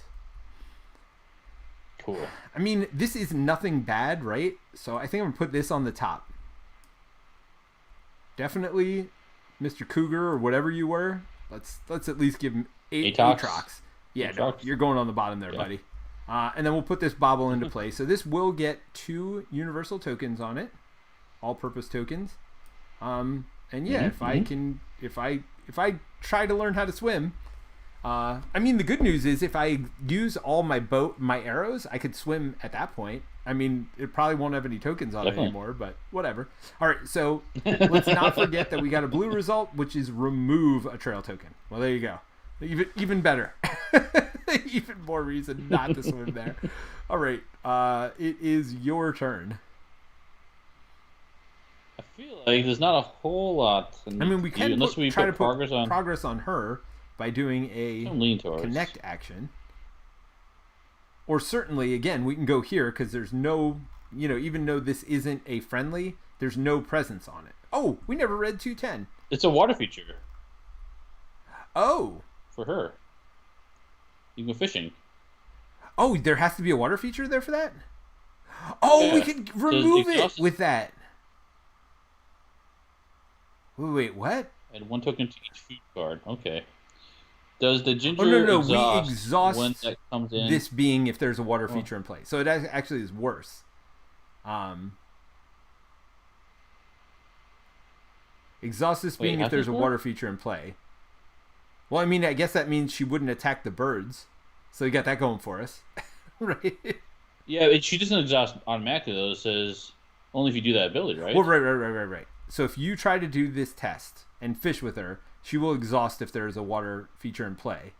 One ranger soothes 2 fatigue and add a token to each food card. This is not a food card, though. Pretty sweet, though. Actually, I know you have food cards in yours, which kind of heal you and do stuff like that. We haven't gotten to that yet, but it definitely does it. So wait, there has been some chat. Thomas Clark says, some mean birds in this game. Oh yeah, we talked about the geese. Thomas Clark says, to worry, it'll be fine. Or don't worry, it'll be fine. Michael says, does the ginger exhaust when that comes in, or is that only when she comes in? That's what we were just talking about. And I think it's only when you do the fishing action. Yeah, when you do the fishing action, she will exhaust if there is a water feature in play, which there is. Okay. So, but let's read. We forgot 210. Oh, yeah. Let's not forget story, the bobble. Standing at the edge of White Sky's platform, you can see through the clear water the lake bed a good 5 meters down. Nestled among the jagged rocks and mud is what looks like a large bobble of trapped air. You think you see green within, and movement as well. You ask one of the locals, a young boy named Tristan, if there's anyone in the bobble right now. Just one, he said, not taking his eyes off the bobber with on his fishing line. Slaro Mako from the Spire said he wants to study some of the old archaeology gadgets down there. Maybe prove the bauble was made by the same archaeology folks too. When you ask when he's coming up, Tristan laughs. He's been down there for a week. Bauble has plants in it, so he can stay down there as long as he wants, unless the Lutrinels eat him. So it sounds like he might have some gear down there. Oh, so that's if you clear it. I bet you gain an audience with the scientists. Maybe they'll give you some gear or something. Huh. Good. That's cool. You swim down there to the bubble and try to see what's going on. Yeah, right? but if you fail, then you get an injury, and there's just no way. There's no way. I can't. No, I'm not fit enough for that. Now, if I get a double triangle or whatever, or a double one of these symbols, I can. We'll work on that at that point. All right, but I think it is your turn. It is, and I think I want to put some progress on the Fisher folk. Okay. So let's see. I need to do a connect. Yep. So that's yellow plus hearts. I have. Yeah, I'm not gonna use that card. So I'll get rid of this one spirit, and I have this one heart. You do have 2 of every card in your deck, if that makes you feel better. So the way you deck build in this, of your 30 cards, there's literally doubles of every card. Okay. That's only 2. Let's see, what do I need? Just need to be positive? Yeah. No. To fish with her, you need progress of 2. Oh, no. You're not doing that. I just want to... Yeah. Now, this one would soothe 2 fatigue. Timothy says, remember, if Steve goes there first, Peter will get a +1. That's true. Talk about the bubble. Oh, good call. Yeah, I mean, you could just exhaust yourself. That's not even an action to do that, by the way. You can just exhaust yourself and put you on the bobble. That is true. Thank you for reminding us of that. Still not doing it with 1 token, but maybe next turn. We'll see. Yeah, so I'm going to connect with them to begin to soothe or to... I'm sorry, yes. No, this fish action is only to soothe fatigue. I'm sorry. So, yeah, you could do this action. There's no failing. So it's just how much are you going to add? But the more I do, the more progress I put on her, and we need 4 progress to clear her? 4 to clear her. Yep. Yeah, let me do another one. So that's a 1, 2, Yep. 3. I got 3 3, going. and it's a yellow test. Come on, +1. Come on, +1. Hey, you drew +1. Sweet. You didn't draw anything. I didn't draw that card for you. It was just You sitting didn't there. flip it. I was like, Oh, Ah. -1. So it's still 2 progress. And if we remember now, she is now persistent. So she won't leave because she's got progress on her. We sat down, we spent some time, we built a relationship with Artel, the Fisher folk. So, very cool. All right. So that was your action. I am going to. So what was that? Yellow? That was yellow. I'm gonna spend some time with her as well. We have to do the blue stuff? Oh gosh darn it! Stop reminding me of all the bad stuff we have to do. So this clears one, right? So that's just completely gone. See ya. Yep. Boo. That's it, though. That's the only thing, though. All right, and then we reshuffle. All right, so apparently we got some fans of Robin Hood Men in Tights in the chat today. Oh my gosh. I love it. Talking about the the Thomas Clark says, what, going swimming without knowing how to swim results in merely an injury? Seems like a fairly light punishment for failure. Yes, you didn't drown to death. That's good. I mean, we are rangers, right? Like, we got that going for us. We should, yeah. Maybe, so Wasteland Sniper says, maybe it's the creek from Robin Hood, Men in Tights. Thomas Clark says, fair point. And Michael says, I'm on the East Bank. I'm on the West Bank. I can't swim. Never get rid of the redheads. I have one at home that won't leave, says Michael. I assume. Nice, Michael. Nice. All right. So I got 2 progress toward this test, -1, of course, because I stink at spiriting. So that's another progress. So that's it. Your turn. I'm tempted to use my universal tool and like impress this fisher folk and try to see if we can't get that last progress. You're a on universal tool. I have a universal tool. Yeah, that's right. How does this work? So you just spend 1 token and then you say, I'm going to do a spirit test using focus or whatever. Or fitness probably in this situation, because focus, you can draw a card. Well, yeah, I don't know that you're going to want to do any of those things. Oh, you may want to do fitness to add progress to the landscape. Oh, that's true. Okay, so I'll use focus then. Yep. I'll use 2 focus or 1 focus? Whatever I just you need want. 1. That's right. Let's do 2. Yeah, I mean, you probably don't want to do that test twice. You're just losing cards to gain 1. All right, so go ahead and draw. Oh, wait, sun. I would have moved a token, which does nothing. So. Shots fired! Yes. Okay, crap, yes. Nothing yellow, none of these yellow things. Cool, nothing happened. Okay, here's the card. What was I doing? Yellow? Yes, that was the yellow test. So thankfully you did the 2, because that's -1. So we do progress. Let's see what happens. Mm-hmm. So we cleared it. So 223. Something good is about to happen. Oh, Artrell befriend. Go to 224. Well, no, we don't have her befriended, right? I don't think so. Well, yeah, no. I mean, I assume that we would check it. All right, Artrell She's friendly laughs to us, but not... and shakes her head. Oh, you know what? Would we have befriended her from doing anything here? Nope. All right, so it's not checked. So let's see what it is. Artel laughs and shakes her head, causing her bushy hair to fluff out even more. It's been fun talking with you. They clasp your shoulder. Then a contemplative look crosses their face. Actually, I've been hearing tell of some amazing fishing spots across the lake at the Golden Shore. Would you be willing to accompany me there? I'd sure appreciate a ranger escort. Agree to help remove all but 1 progress from Artel. Write down befriend her. So that's how we befriend her. Not today. You clear her as normal. Each ranger soothes the fatigue. So do we want to try to go where does she want us to go? The Golden Shore? Where's that? It seems awful far. That's 2 travels away. Now we do have, or I had a card that would let you travel a second time, but I got rid of it. So no. I think not today, right?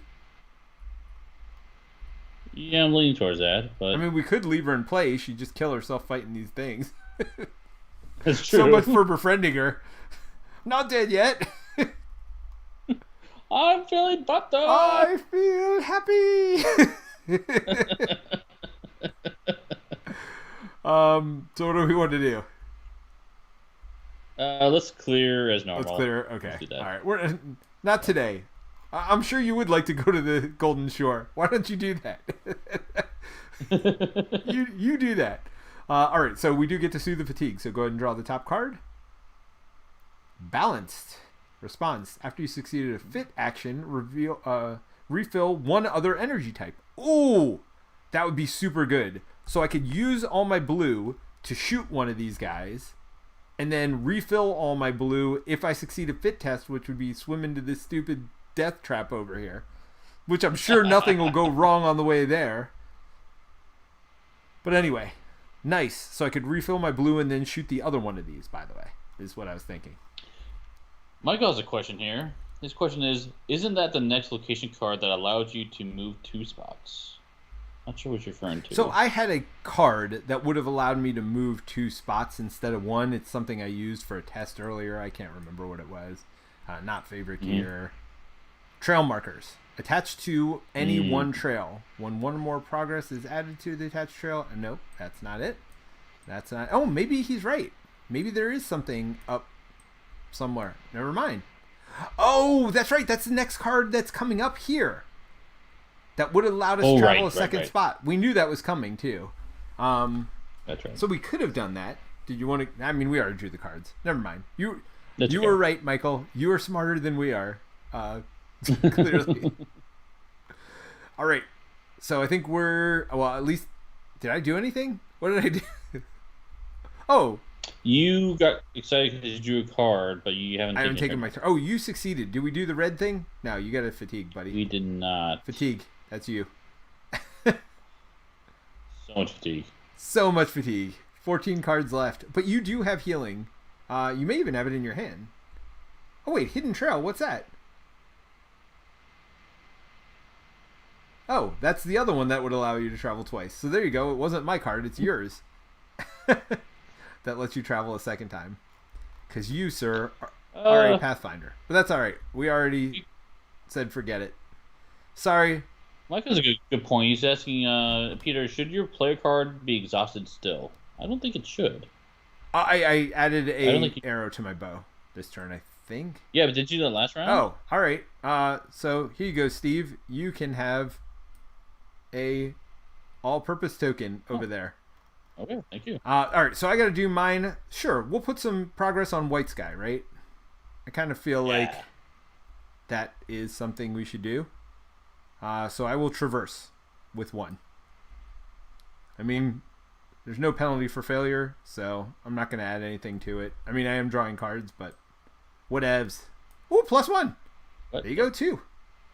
But I am fatigued. Because there's that.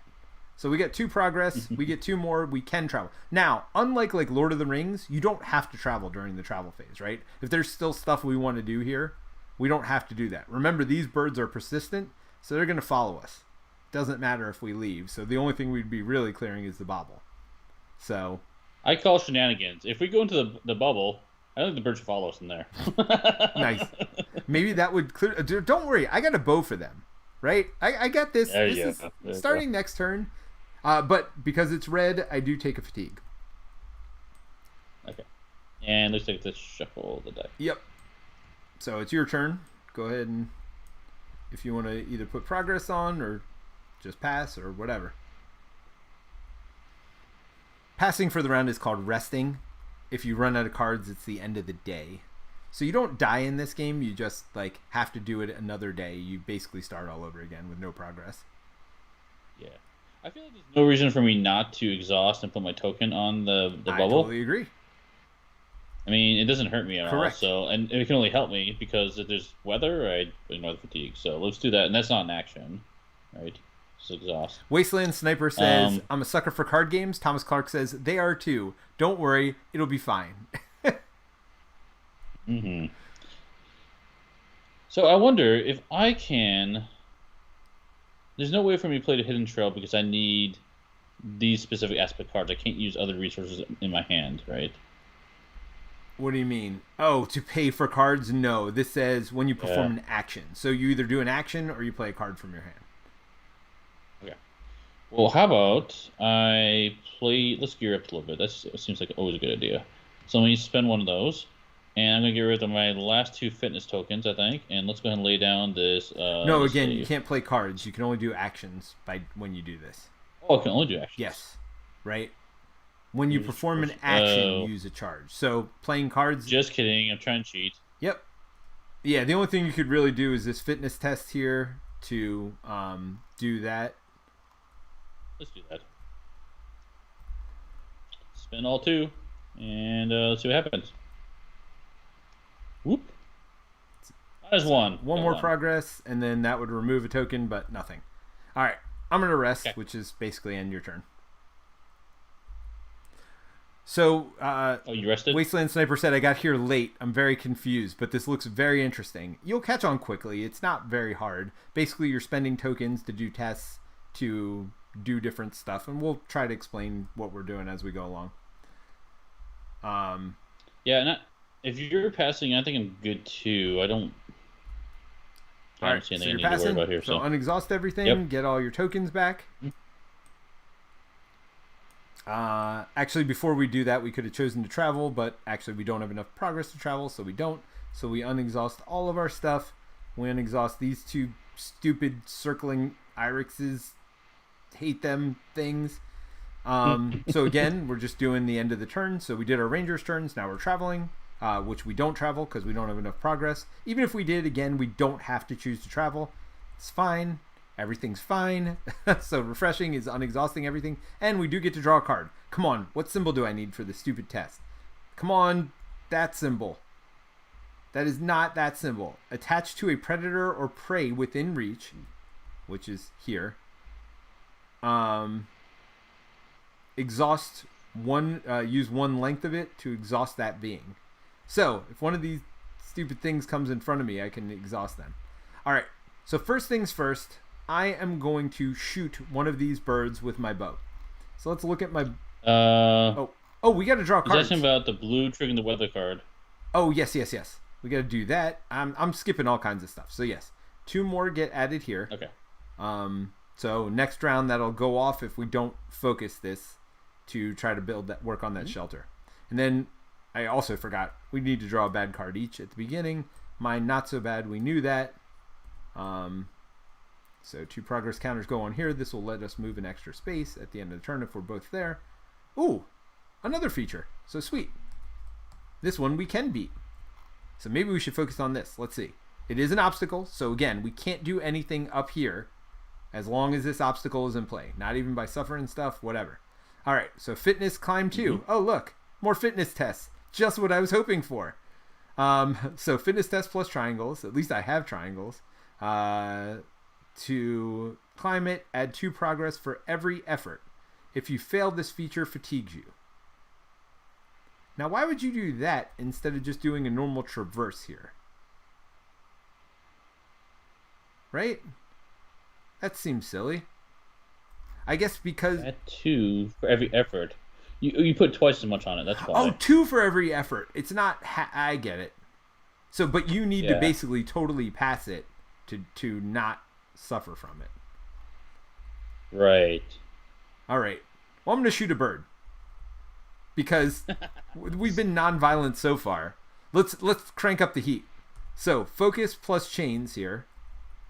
And I'm probably never going to use this chain card because I'm not going to throw my bow at a bird with 3 arrows in it. That seems silly. So I'll probably use this this 1 moment of desperation card here. So use 1 arrow. So there you go. To shoot 1 of the feather light arrows. So added damage equal to your effort to a being. Cards between you and that being do not fatigue you. So I'm going to shoot this bird. I need 3 damage on it, so I'm going to use all 3 of my focus. And I'm going to discard this Moment of Desperation card. So that's 4 toward this challenge. So that's how you do challenges. You'll notice it's focus, so I use my blue tokens. I had 3 of them, and this chain to add a 4th to try to shoot this bird. So I have 4 plus 0. Nice. So I only needed 3. If you look in the top left, that's damage. So I did 4 damage to it. I only needed 3 to get rid of it. You know how it said it's persistent? You know when it's not persistent? When it's dead. That's when it's not persistent anymore. Dead bird. All right, so that's 1 bird gone. All right, so we do have to trigger all the blue stuff on the bottom. So this one says remove a trail token. Well, this one we can never progress past, so we'll remove that one. Oh, I'm using the wrong tokens because blue is progress, so we don't want to get confused here. Those are trail tokens. And for this mission, just as a reminder for those of you who joined late, for this mission, we are trying to get these trail tokens. So whenever we clear one of these obstacles, we're searching for our friend who's lost in the woods. Her name is Quizzy Voss, and she's lost right now. So we're trying to find her. Anytime we go through one of these features, we get the trail tokens on it, means we're gaining progress toward finding her. So we want these to have trail tokens, and we want to go past them. All right, so I shot the bird, but I did not shoot the deputy bird. So we did blue, so we did that, and then we have to do this one too. What does this say? Move this card within reach. It fatigues you. Move each being within reach to within reach of another ranger. All right, so this comes to within reach of me.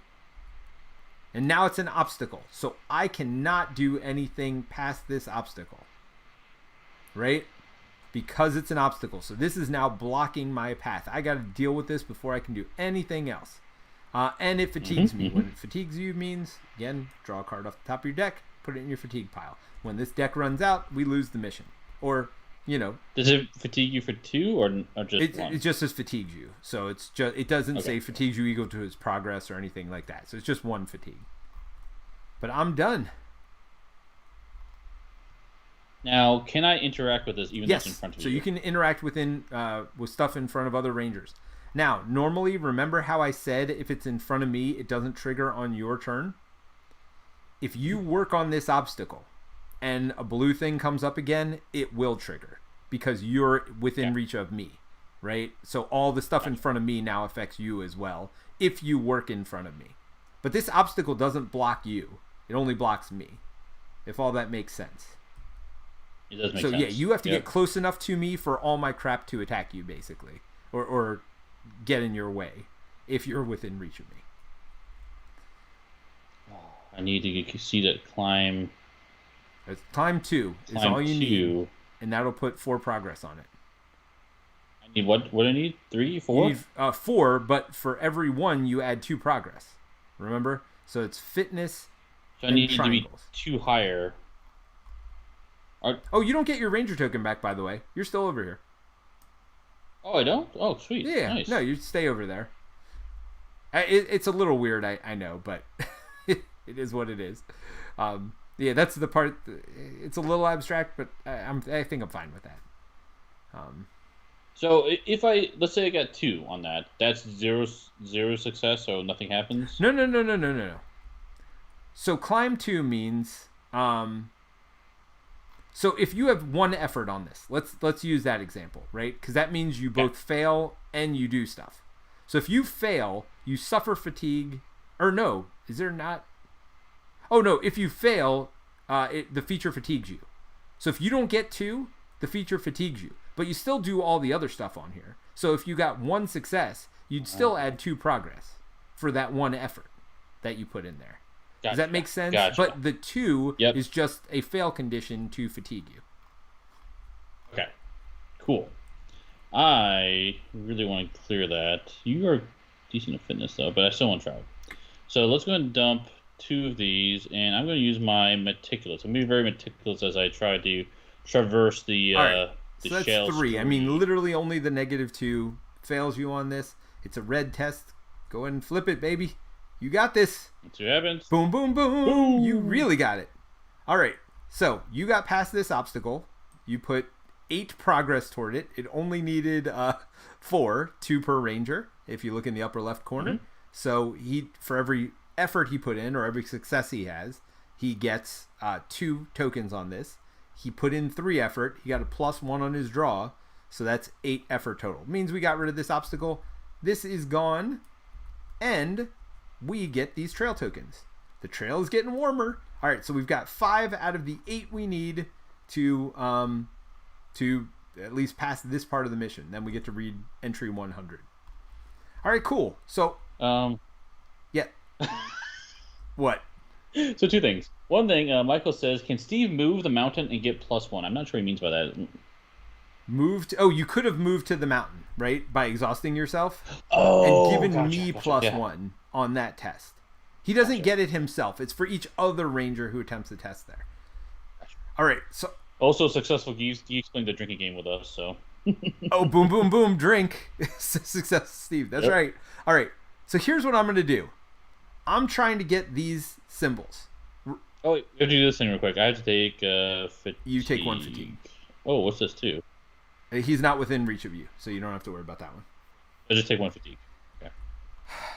So I think I want to draw a card either from my fatigue or from my deck, preferably from fatigue. I'm trying to get some of these symbols to make this more likely.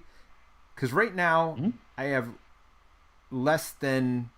I need a +1 on my draw, right? Oh, no, I don't, because you're there. So I have 2/3 of a chance of succeeding right now if I go. If I get +1 more, it's really, really very high chance. And I kind of want to draw a card anyway, so why don't I do that first, and then I'll try to join you in the bobble. Does that make sense? Nice. Draw a card, try to get this symbol. Sure. I gotta have some in my deck, right? You would think. All right. It's really nice in there. You should try it. All right. So I'm gonna connect with myself. That's what I'm doing, right? To try to soothe my own, or should I try to exhaust this guy, so he doesn't bird slap us? I'll connect with myself. I'm gonna connect with myself. I'm using both of my spirit. I'm feeling very, very spiritual. So the way this test works is if you connect, basically I need 1 success to soothe 1 fatigue, which means draw a card from the top of my fatigue pile. So I need 1 success. I'm starting with 2 +1. Ooh. Man, that would have gotten me there, by the way. Just as an FYI, that's a +0. So let's see. Come on. That has got a heart on it. All right. It's not great. Not feeling happy about all that. So we do trigger red, so I do fatigue myself, which is great. I fatigued myself while I was soothing myself. Apparently I fatigued myself a little too hard over there. Or I soothed myself a little too hard. If he was in front of us, we would have gotten an injury. He's not, so he just kind of sits there. All right, back to you. I'm going to shuffle this deck too. Oh, yes. Yeah, whenever there's diamonds, we shuffle. Okay, so we cleared that. There's no way of getting that token off. There isn't. There's no. But again, it stops us from having to discard from something we care about. And if we get another feature, we can actually transfer it to that feature, right? So that's the benefit of having that one out there. Okay. So I could potentially try to drive off the circling Erics, or I could try healing. Well, don't forget, you can also do your awareness test to exhaust it, right? To observe it. Which awareness is your best stat, right?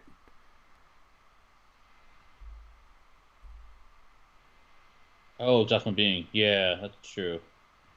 Okay. The bauble is a trap, says Michael. Every streamer gets caught in it. Well, wait a minute. So if I don't tell me that. Wait, what's going on? I've never gone to the bauble, so I'm very curious. We're putting all this effort in. Watch, it is going to be a trap. It's going to be something terrible. Like idiots. Yeah. Perceptive. Yep.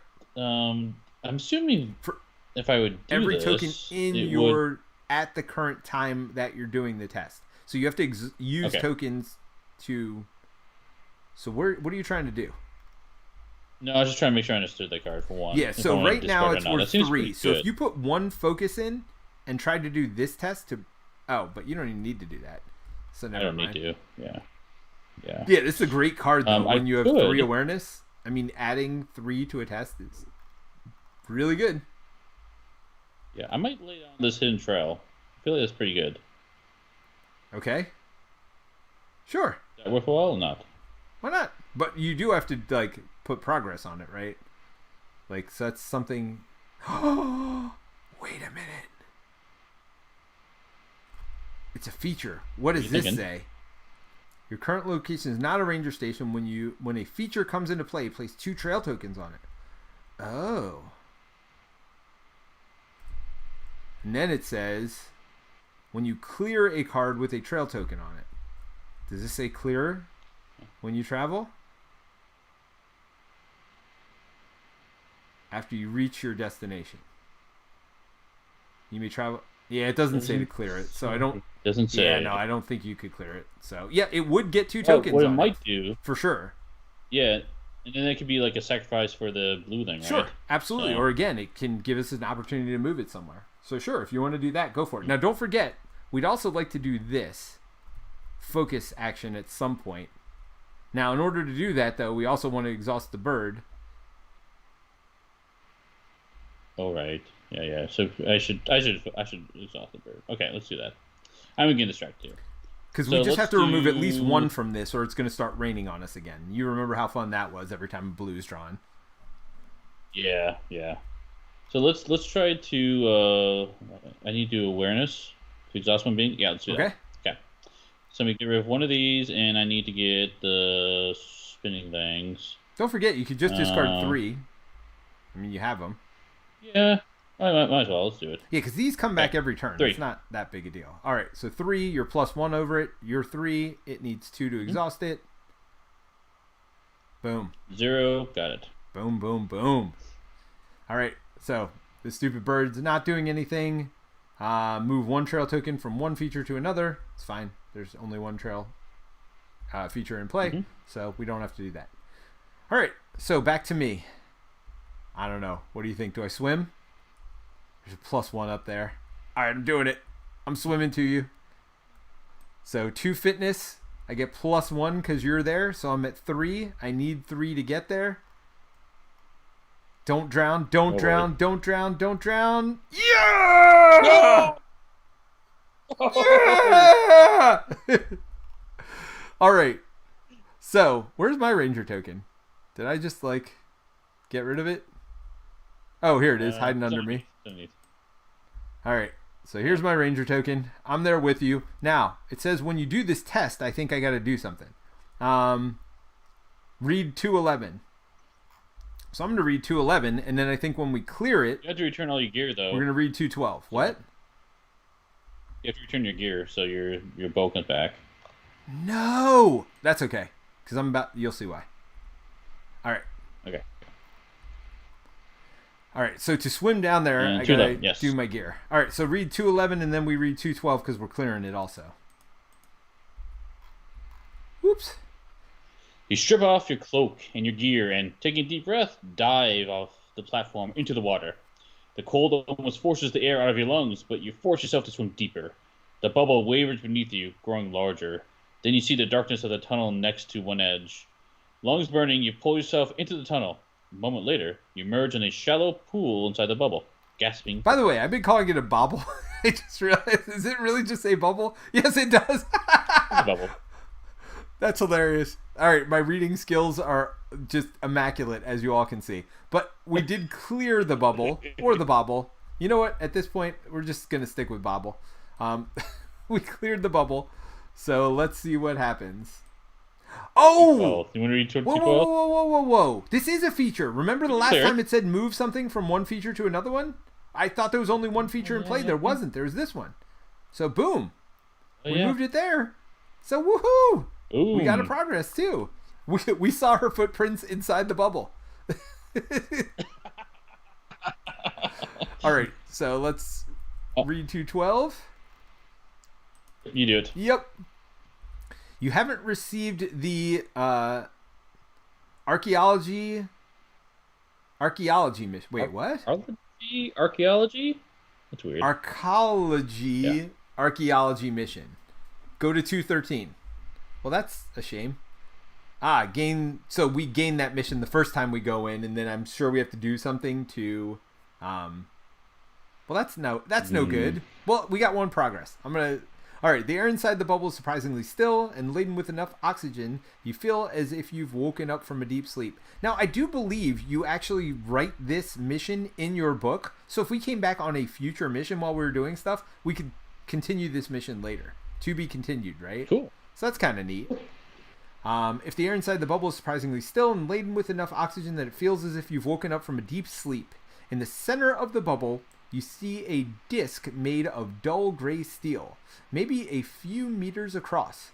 Someone has laid a bedroll next to it, and the same someone has crouched over the disc, studying it intently. A large bearded man looks up from his work and waves. "Welcome to the bubble. My name is Solaro Mako. You down here to study the archaeology too?" Ciro shows you the disc, which appears to be stamped with concentric rings of indecipherable text. He also shows you translation device he built, a glass plate that when laid over the text slowly translates part of it into something legible. After a long, unenthusiastic talk about his work, not unenthusiastic, very enthusiastic. After a long time enthusiastically talking about his work, Solaro gets a thoughtful look in his eye. "You know, Rangers, there's archaeology ruins all over the valley. If you ever see anything interesting, I'd love for you to bring it by and show it to me. I can give you one of my translation plates too. That might help any exploration you do." So archaeology mission. So I guess we put that down, and I bet when we run across stuff, it's going to tell us that to look up whether we have that mission or not. So let me put this in perspective. We swam underneath the water, barely making this giant bubble. This is this guy that's just chilling there for weeks on end, and he's like, "You know what? I know there's a lot of stuff out there. How about you go do it?" Yeah, no. Like, what the heck, dude? Come on, you've been down there for a week. What are you doing? Right. No. I mean, this guy's chilling. So let's look at the campaign tracking sheet. So we're on day 4, as you remember. So the first 3 days would have been perfect weather. Of course, we start on downpour day, right? So search Quizzy is one of our missions. So we would write down that mission name here, and then like rewards, outcome, notable events, like all that stuff would be tracked kind of on the back of this sheet here. So cool. Just as an idea, like what that might look like as well. So yeah, I feel like we spent a lot of time there. And remember how somebody said it was a trap? I feel like that was a trap. Like I feel like we got a whole lot of nothing out of that. Hey, we did get one progress. I mean, we got one progress. So. I feel like that wasn't worth it. I gotta be honest. I'm pretty mad at what the heck's his name? Whatever his name is, I don't like you. Good thing I can't remember your name. I'm gonna look it up just so I get angry. And I'm looking at the results. So I hope in the real game they change what the results are, because each Ranger soothes 2 fatigue. You gotta go all the way back for that crap. No, thank you. Like, so I hope they somehow separate it out or hide the reward or something in the final version. But yeah, no, that's an awful lot of work to soothe 2 fatigue there, buddy. Mr. Solaro Mako. Jerk. Anyway, all right. Yeah, I feel like that definitely was not worth that. There's a lot of chat going on. I don't know if you've seen. Yeah, that told you it was a trap, Michael says. Yes, that was definitely a trap. That was definitely a waste of time and energy. But that's okay. I mean, you know, we got one progress. So where are we now? We are at 6 of the 8 we need. So we literally need one more feature to show up and just do that. Getting a progress here wouldn't be bad. Taking some stuff off of here wouldn't be bad. And it is back to... Oh! I got so excited I forgot to do a couple things. Number 1, balanced. After you succeed at a fit action, refill one other energy type. So I'm discarding that when I swam over there. Right? To refill my focus tokens. To do what? To get my stupid bow back out again. Thanks. Get your jerk. bow back out there. You jerk. What it's unbelievable. All right. So there's that. Where else are we? Is this one friendly? No, this one's not friendly. So we will have to take a fatigue if we go by it to do either of these things. So spider line. So this just kind of gets in our way a little bit. All right. Then, No. What color was up? If it wasn't red, it doesn't matter. Red is literally the only thing that could have hurt us there. Anybody remember if it was red? Yeah. I don't remember. It's a 2/3 chance it wasn't. Yeah, we're gonna say it's not red unless somebody tells us different. All right. So let's keep going. Okay, so I think I'm gonna be boring. I'm gonna play 2 focus tokens to lay out the staff. Hey, you can use it to punch, hit somebody in the head. Yeah.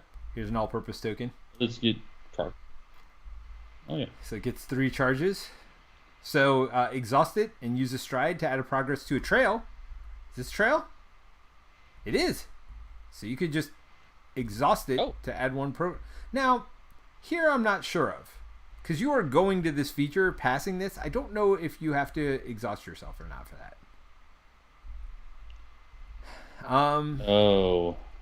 Let's... If any... I assume it bypasses it, but maybe not.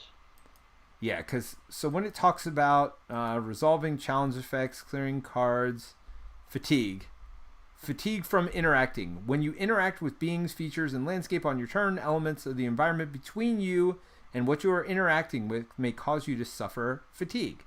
This might be, feastly, lunaral, harrying you as you try to accomplish your task, or some difficult terrain slowing you down. Before you perform an action that interacts with the card, each card between you and the target card fatigues you. It says action, right? That's not an action. That's exhausting that thing. It's exhaust. So I say no. Mm-hmm. I'm making the call. I would agree with that. Let's do it. Let's put 4 on there.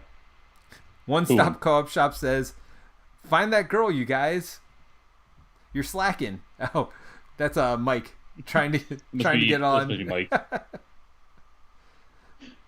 Hey, look, we just swam down to a bubble and got jobbed because. So, are you done? I'm done. All right, I'm just gonna spend my 3 more. Well, hold on. We got to do this, right? So maybe I don't put my bow out, which makes me sad. Do you have focus? You don't. Oh, you could. I can make it work. Yeah, but you could fail also, right? You need 2 successes. I'm just going all in on this. Forget the bird. I'll deal with the bird later. No, put your bow out. No. Do your bow. I got it. We're good. All right. I'm gonna trust Steve on this one. Sorry. So we got a bow back out. That was your first mistake. So I can shoot this stupid thing next turn. All right. Go for it. All right. So what I'm gonna try to do is I'm gonna use this thing to give myself the focus I need. I love your confidence in that. Spend that spirit. Yeah. Now I need triangles, huh? So let's see. How can I make this work? I only have 1 triangle. So basically what you're saying is you have 2 points, and you're like, don't worry about it. I got this. So 2 to 2, you're even. Exactly. The odds of you getting this I'm even. are 2/3, but they're not 100%. Go for it. See what happens. Oh! Is that -2? Steve, you not only not got this, you just fell on your rear end so hard while you're trying to build a shelter. I think you actually opened a hole in the shelter that we currently had while you were doing that. I think well, so. To be honest, I would have failed on that test too. So I guess it's good. But yeah, no.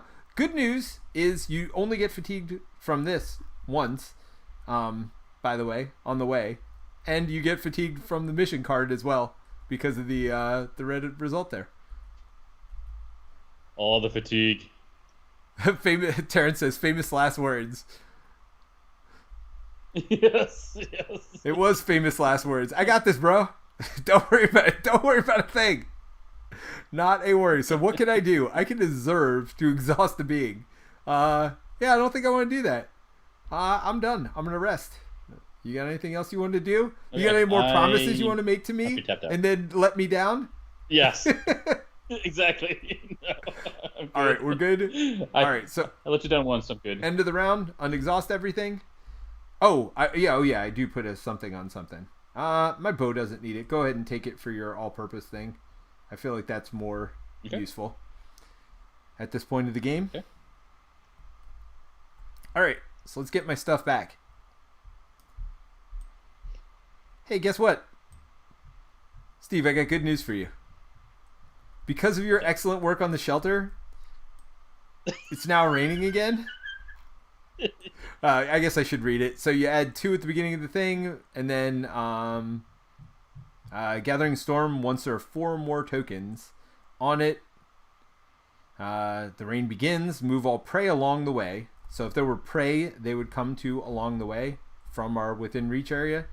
The storm scared them away from us. And exhaust. Oh, then each ranger exhausts their roll. Oh, guess what? Yeah, great. Guess what I'm not doing now? Because I'm scared of thunder. And we have no shelter. Yeah, that's going to happen. All right. It's fine. So let's go ahead and draw our path cards. I'm going to start with mine. Oh, I feel like I've been here before. There we go. No, that's a progress token, not that one. So if we beat this, I feel like I should climb. All right, but you go ahead and draw your path card now. Come on, be a panther in front of you. Oh, that is prey. It's an avian flock. Prey, avian flock. So it is coming your within reach area. Oh, did you draw a card? I forgot to draw a card, by the way. End of your turn. I did draw a card. Oh yeah, yeah. I do have a moment of desperation, so I could throw my bow at your avian flock over there. So do I shoot the birds first, or do I climb the mountain? I figure I climb the mountain before we lose those tokens, right? Because like everything seems to lose those tokens for us. Mm-hmm. So I'm gonna try to climb this mountain. So it's fitness plus triangles. I got one of those. I mean, I'm never using that favorite gear. Let's be honest. I gotta use my bow to shoot stuff. So I'm going all in. 4 points. Let's see if I even need to do that. Let's see. Oh, let's shuffle this in. Let's not keep that -2 up there. Oh, what am I talking about? I'm not a blue. This is a red test. So 3 points toward this. Let's see. Climb 2. That's fine. Even a -1's good. Boom. +1. That's 8 points again. But good news, everybody. We got past the mountains. So finally, let's see what that means. When you clear the card with the trail token on it, place them here. When there are 4 R, which there's 8 now. On this card, read 100, and then let's not forget to do this. Well, I'll just do that now. I'll fatigue myself once. Boom. All right. This guy, if he was in front of me, would have done something. This, if blue was drawn, would have done something. So, nope, nothing else. All right, let's get to 100. Boink. All right, Steve, your turn. 100. After hours of wandering the valley, following your intuition and the faint signs of queasy passage, apparently in a bubble, you might have found something concrete. The signs of a recent passage through the undergrowth.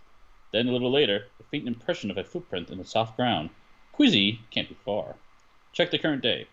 If it is the 4th day of your campaign or earlier, go to 100A, which I think we are in the 4th right? day. So that's one of the cool parts is something different's going to happen depending. So if we had failed here and had to go to the 5th day, or if we decided to do something else first, then we actually have a different result. Like Quizzy might be a snack, but like if we wait till the 7th day, she might be somebody's snack at that point. Which I don't know. I haven't read any of the later ones, but it's kind of cool. But yeah, no, we got it at 100 days. So go ahead. As you make your way through a thick grove of pines, you peek around a fallen log to find Quizzy Voss standing at the edge of a bare patch of ground, poking at something with a long stick. Oh, hello, says when she notices you. Look at this! Thankfully, Quizzy seems completely unharmed and unfazed. What do you think it is? She asks. It appears to be an exceptionally large, orange-veined Calvatia mushroom. It quivers with every poke from Quizzy's stick, like it might burst at any moment. Oh, Quizzy. Your instinct is to draw Quizzy away. What's that? I said, oh, Quizzy, you idiot. She's poking this mushroom that's about to explode with a stick. Down. You know better. Then, as you step forward, you notice a predator stalking the young one. Oh, no! Each ranger shuffles up to 3 cards from their discard into their deck. Complete the search for Quizzy mission, and then add the rescue Quizzy boss mission. Flip the search. So I think that's any 3 cards, right? We get to pick. Yeah. So I think I'm gonna put this one back in. That lets me, once I pass the physical test, like, refill a thing. Oh man, all these double. So we need to. What do we need to do? We could keep reading on just to figure out, right? So complete search for Quizzy mission. So we're done with that. Add the rescue Quizzy mission. Flip the search mission card to the other side. Place Quizzy Voss in play and attach the rescue to her. All right. So Quizzy's coming in play. Rescue's coming in play. So now, there'll be some stuff happening down here as well. So force response after being indicated by the mission enters play. Attach this card to them. So we did. She's fatiguing. So every turn she's tiring us out with her antics. She's friendly and she's persistent. Oh, she's persistent, all right, with that stupid stick and the mushroom. Then attach being gains persistent. Well, she was already persistent. Then attach being cannot gain and cannot be cleared by progress, so we can't progress past her. Force response after you travel to a ranger station, read 103. So we are able to travel. So at the end of this day, we can go to Lone Tree, which is a ranger station, and see what happens when we read 103. So it seems kind of good. But let's see what else happens, because so I'm deciding what cards to put back. So let me do that first. Sure, I'll get some power cells that I can power up my bow with. Trail markers. Yeah, if we have to move anywhere else. By the way, I know what happens, but I'm just pretending I don't. We're gonna put these. Now forget favorite gear. The odds of me being able to put that out are 0. All right, so I'm gonna shuffle those 3 back in, so it gives you a little bit more time, which is kind of neat. All right, so we're done with that. Oh, but we are not done here. Quizzy must be taken to a ranger station, either Northern Outpost or Lone Tree. So again, Lone Tree is one of the ranger stations right next to us. And then search the path for the next predator.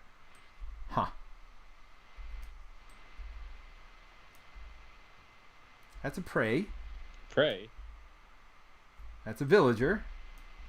Oh, there's that Aatrox. Aatrox. All right, so he's coming in front of me. And hey, remember those cards I just put back? Oh, I shuffled them back into my deck. I get 2 fatigued. So as a reminder, the reason I get 2 fatigued is he has ambush. You see that arrow down in the upper right means he comes within reach of me. And ambush means he fatigues you for that presence value in the upper right.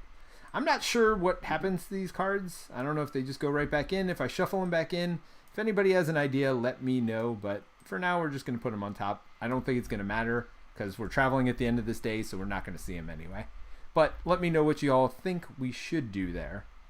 All right, so we are done with all of that stuff. And I got a bow. Although, not for this guy. Do we have to travel, though, at the end? We travel. So traveling's free, right? We've already got enough progress tokens on here to travel. So we could literally rest right now and be done and just travel. Now, if we do that, every unexhausted thing in front of us, we take fatigue from. So we're going to take 5 fatigue if we do that. But that's not the worst thing. No, I mean, like, what's the order of operations here on, like... I just want to shoot this bird. This thing's been bothering me the whole time. Do it. Okay, do it. You want to exhaust this thing in front of me? Because it's your turn, right? Oh, it's my turn? Are you sure? Didn't we start over? Or no? Yeah, but didn't I progress past that thing? Got it. It is my turn. Yep. Okay, cool. Yeah. So you want me to... If you could exhaust this Aatrox, I won't get hit by him when we travel. Let's do that. You ain't got time to tame the kitty, says Terence says. But it's an open sandbox game. Mike says, I think he wants us to just travel here. But that's okay. Tame the kitty. I want to shoot the bird. I don't care what Mike thinks. I'm shooting the bird. Let's do this. And... Oh, you're just doing all of it. Go. That's all I got, I think. All right. Oh. Yeah. All 3. Yeah. Yep, so 3. Go ahead and draw the thing. This will be quick. All right. So you got it. That was -1. Exhausted. Red thing, you get 1 fatigue. So to save me 2 fatigue, you took a fatigue. That worked out. Oh, okay. I took fatigue? Okay. Yeah, because it was red. Oh, we got to read all these things too. If he's in front of you, no. If there's an active predator other than Damocles, exhaust it. And add its... add damage to her. So I guess we could theoretically lose this mission if we let her die. But there's no more active predators now. The hunt is up. Search the path and deck discard pile for the next predator and put it into prey. Oh no. I know there's another Aatrox in there. Alright. Confirm the search returns all other cards back to the deck. Oh, all cards. So you're correct. All other cards. Yep. So all cards, even from the discard? No, all other cards, you said. So. Oh, well, that's fine. It doesn't matter. So this guy comes in and exhausts me too. So remember how you exhausted him to save me that? I don't care. I'm shooting stuff. I'm shooting this predator. Alright, I got my bow. What do I need? Those symbols? I'm doing it all. So here's 3. I'm shooting this predator. There's 3. Although he doesn't come with us when we leave, but whatever. I don't care. 3, 4, 5. Oh, I could have just done Moment of Desperation. Alright, so I got 5 points shooting at this stupid Aatrox. And -1, 4, which is enough. Dead Aatrox. Done. Alright, so you just want to rest now and read on? And travel? Yeah, because she's going to die. Wait, don't you have to do the blue thing? There's no blue stuff. No, I have a blue thing. What does this do? There's an active predator exhausted. This one is exhausted. Yep, it's not active, so it's fine. And shuffle this being into the path deck. So by the way, the predator goes after these things and it goes away. Is what that is trying to tell you. By the way, you should have taken... How is this one not I forgot active? this was in front of you. You should have taken an exhaustion for going past it at some point. Oh. Fatigue. Yeah. Sorry. All right. Well, anyway, we're done. We're both resting. Let's go on to the end. Yep. I'm not going to torture Terence and Mike any further. Let's go on to the rescue. Okay. Story 103. And guys, I'm going to invite you to the chat now while Steve is reading the rest. You take the final turn on the trail and breathe a sigh of relief knowing your destination nears. As you approach the station, you see Calypsa standing out front, in conversation with 2 other rangers with whom you have only somewhat acquainted. When they see you, they hurry forward to see Quizzy well-being. Thank you, she says. Yes, Squeeze. Please, don't tell my mom. Calypso texts, well done. Always room for improvement, of course, but well done. We'll make a ranger out of you yet. She turns and gestures for you to follow. Then there's fresh fish grilling on the lighter, she says. What say we have a bite in the current day? And that's it. Alrighty. So, again, enough torturing. Hey, Terence and Mike, are you guys on, or? I think so. Nice. Terence, I even have my camera on. We'll see if my internet explodes. Yes, I'm trying to get you entered in. I did not do as much preparing as I should have ahead of time, but that's okay. I am getting you added in. But yeah, so let's Steve, this was your first game of it. I've played it a couple times. What are your thoughts on it? I liked the one thing that really stood out to me was all the little interactions in it. I feel like all the keywords and kind of like how the cards feed off each other is really, really well implemented. Like I feel like there's a lot, even though it's just cards and stuff like that. There's a lot to discover on how the game works. I'm not the hugest fan on kind of the actions and how that generates out. It's okay. It's interesting enough, but I don't know. It's only all these. It's everything's a skill test, right? Which is very, very common for adventure games of that type of nature. But I kind of want to see more combo type stuff. I want to do. I want to build out my tableau and be able to do interesting things. And at least in this play, I wasn't able to see that yet. I'm expecting that is to be in the game at some point, but I can't quite tell yet. So. Right. Oh, and Terence joined us too. Hello, Terence. Hey, sorry, I didn't realize you were that close to being done, so I was just chatting with Mike on the side on my phone. That's not what we do. Well, at least you're not doing. As long as you don't do it during the stream, I'm okay with it, right? So, Mike, a lot of people have heard your thoughts already because you, and for those who don't know, Mike had a stream on the main channel, where you just do not solo not play. the main channel, the non-streaming channel. The All non-streaming. channels I call are it the main important. channel because it's been around longer, right? So, but yes. Colin's original channel. Yeah, the original channel. I think that one's fine. Yeah, so, I mean, I did say a lot already, but I played the game quite a bit since then and taught it to a lot of people. I think I might have taught it to you, Peter, after I recorded that. So, some other things that have kind of jumped out. First of all, I said this kind of in my review, but I'm going to double down on it. I think if you, like, really love Lord of the Rings, and even partially if you really love Marvel Champions, you might want to have a little hesitancy with this one. Because what I've seen...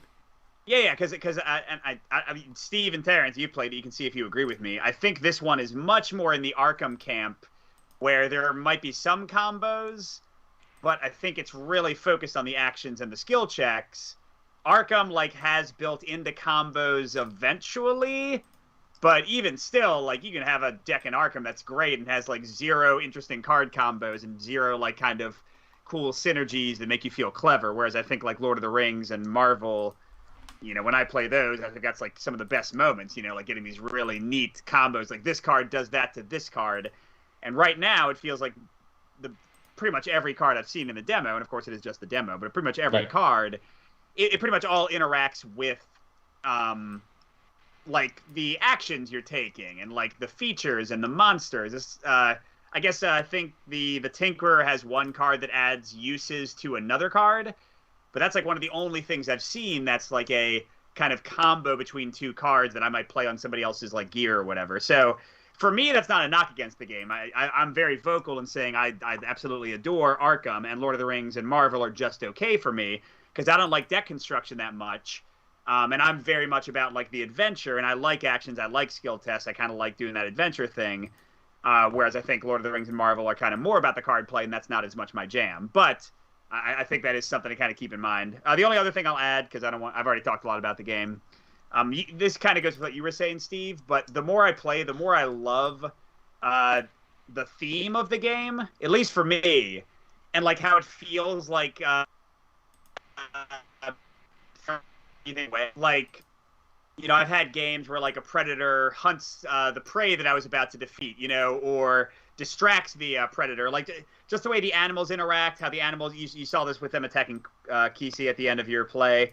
The way they, like, go after, like, civilians and stuff, and you can try to, like, defend people. Like, it's really pretty straightforward mechanics for that stuff, but it's nice to see. It reminds me, it makes me think of the Sadler brothers, and they're, of course, co-designers on this game, so I'm sure that was partly their influence.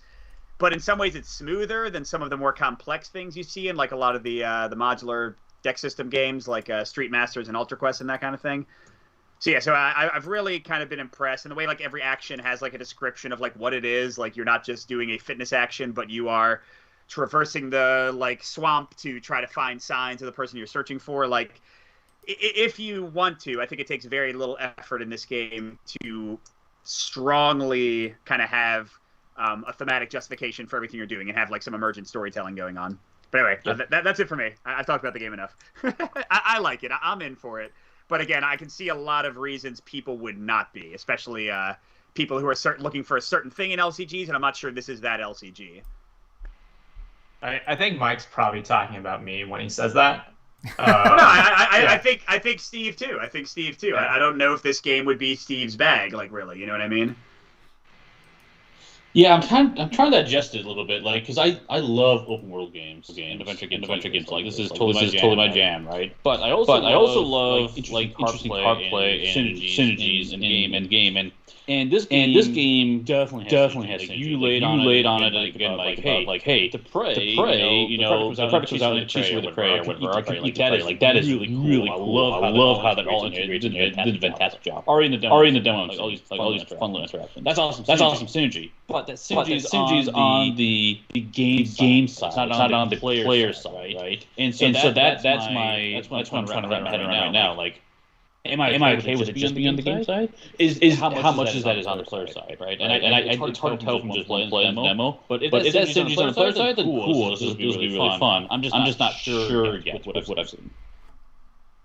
So I've had two plays. Peter and I played earlier this week when he taught it to me, and we didn't know the rules super well. Spent I feel like an inordinate amount of time just looking stuff up while we're playing. And I taught to someone else last night. And so I got to play, I guess, both of the decks, once each. And had two very different experiences where I felt like Peter and I more or less kind of cruised through the scenario, and then last night I just got really unlucky. So I was playing to Mike earlier today that I had issues with the challenge deck of like it is very I feel like finicky of just like you can get really unlucky with just like the icons that you're getting because the amount that you're actually shuffling that deck. And so that's just card draw, right? Like it's no one's fault, but just how frequently they have you shuffle. If you just draw a lot of those cards, you can just get figures out that.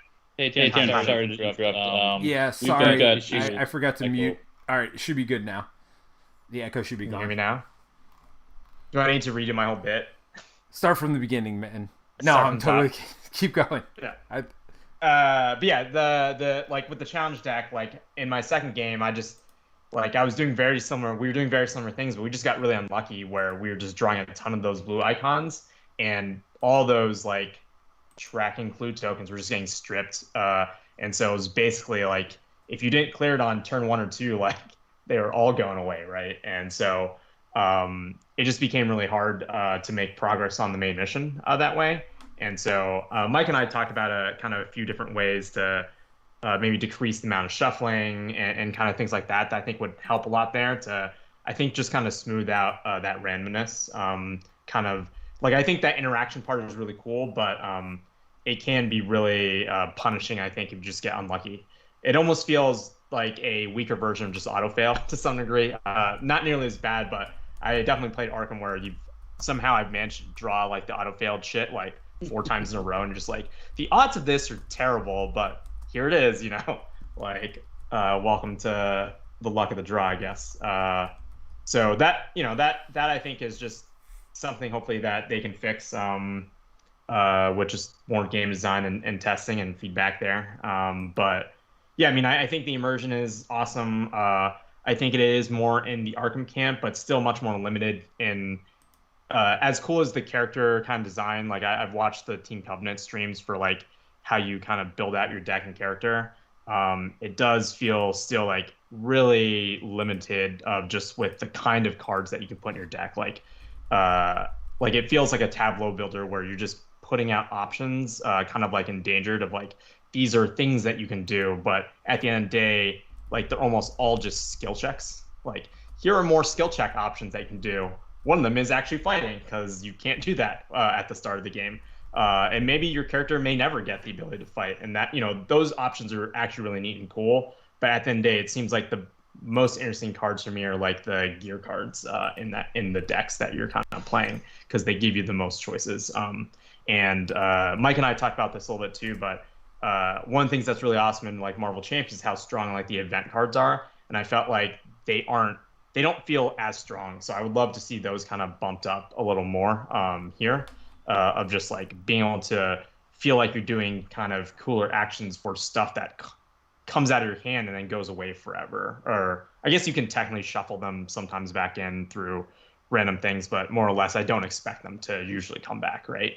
And then yeah, if you're coming to an LCG because you like card play and combos, that's probably my like biggest kind of negative for me coming into it. Like Peter came to me, I think over the weekend, was just like, this game feels like Lord of the Rings, and I was just like, oh, that's awesome. Like, and it was like, I was wrong. It was nothing what I thought going into. Why would Peter say that? I mean, you don't even play Lord of the Rings, Peter. No, but the 3-zone thing really reminded me of Lord of the Rings. Like, you got the cards in the middle you got to deal with. It's clearly. Well, don't interrupt. Let me finish. You got the 3-zone thing, like you're putting progress on the main quest. You got the stuff in the middle of the table that you got to deal with, and you got the monsters in front of you. So to me, it gave me that part of it gave me that feel. The card play, I wasn't thinking the card play. The card play plays a lot more, well, and you're drawing one card a turn, and you get a certain amount of resources to spend every turn to do stuff, right? So like all that reminded me of Lord of the Rings too. So actually, I saw quite a few similarities with those. Yeah, I think guess... Yeah. Yeah. Terence, you're the one who Mike and I said talked it. I about was this a going to little say bit. what you said, so go ahead. Like, so I think it has like a lot of mechanically Lord of the Ring things, but none of the things that actually make Lord of the Rings super awesome or fun to me. Like the different eras are cool, but it actually reminds me more of like Warhammer Quest or Tears of Terranoth, where you don't get a lot of you do get some kind of agency of like manipulating that stuff, but it actually is not nearly as much as you get in Lord of the Rings. Like I think the whole engagement mechanic with staging is actually a huge part, especially in multiplayer and co-op, of like what makes kind of those decisions interesting. And it feels like in this game there is a few things here that I've seen in some of the cards, but it's not like a basic action where you can kind of manipulate that or kind of control that. You kind of just have to deal with the stuff that's dealt with you, and that kind of presents a different puzzle. But it's not as interesting to me as the staging and kind of engagement stuff in Lord of the Rings. And to me, like a lot of the Lord of the Rings stuff is the card play, like putting tokens to progress in a location. I actually feel like locations are one of the weakest things that people complain about in Lord of the Rings, like location lock and other stuff.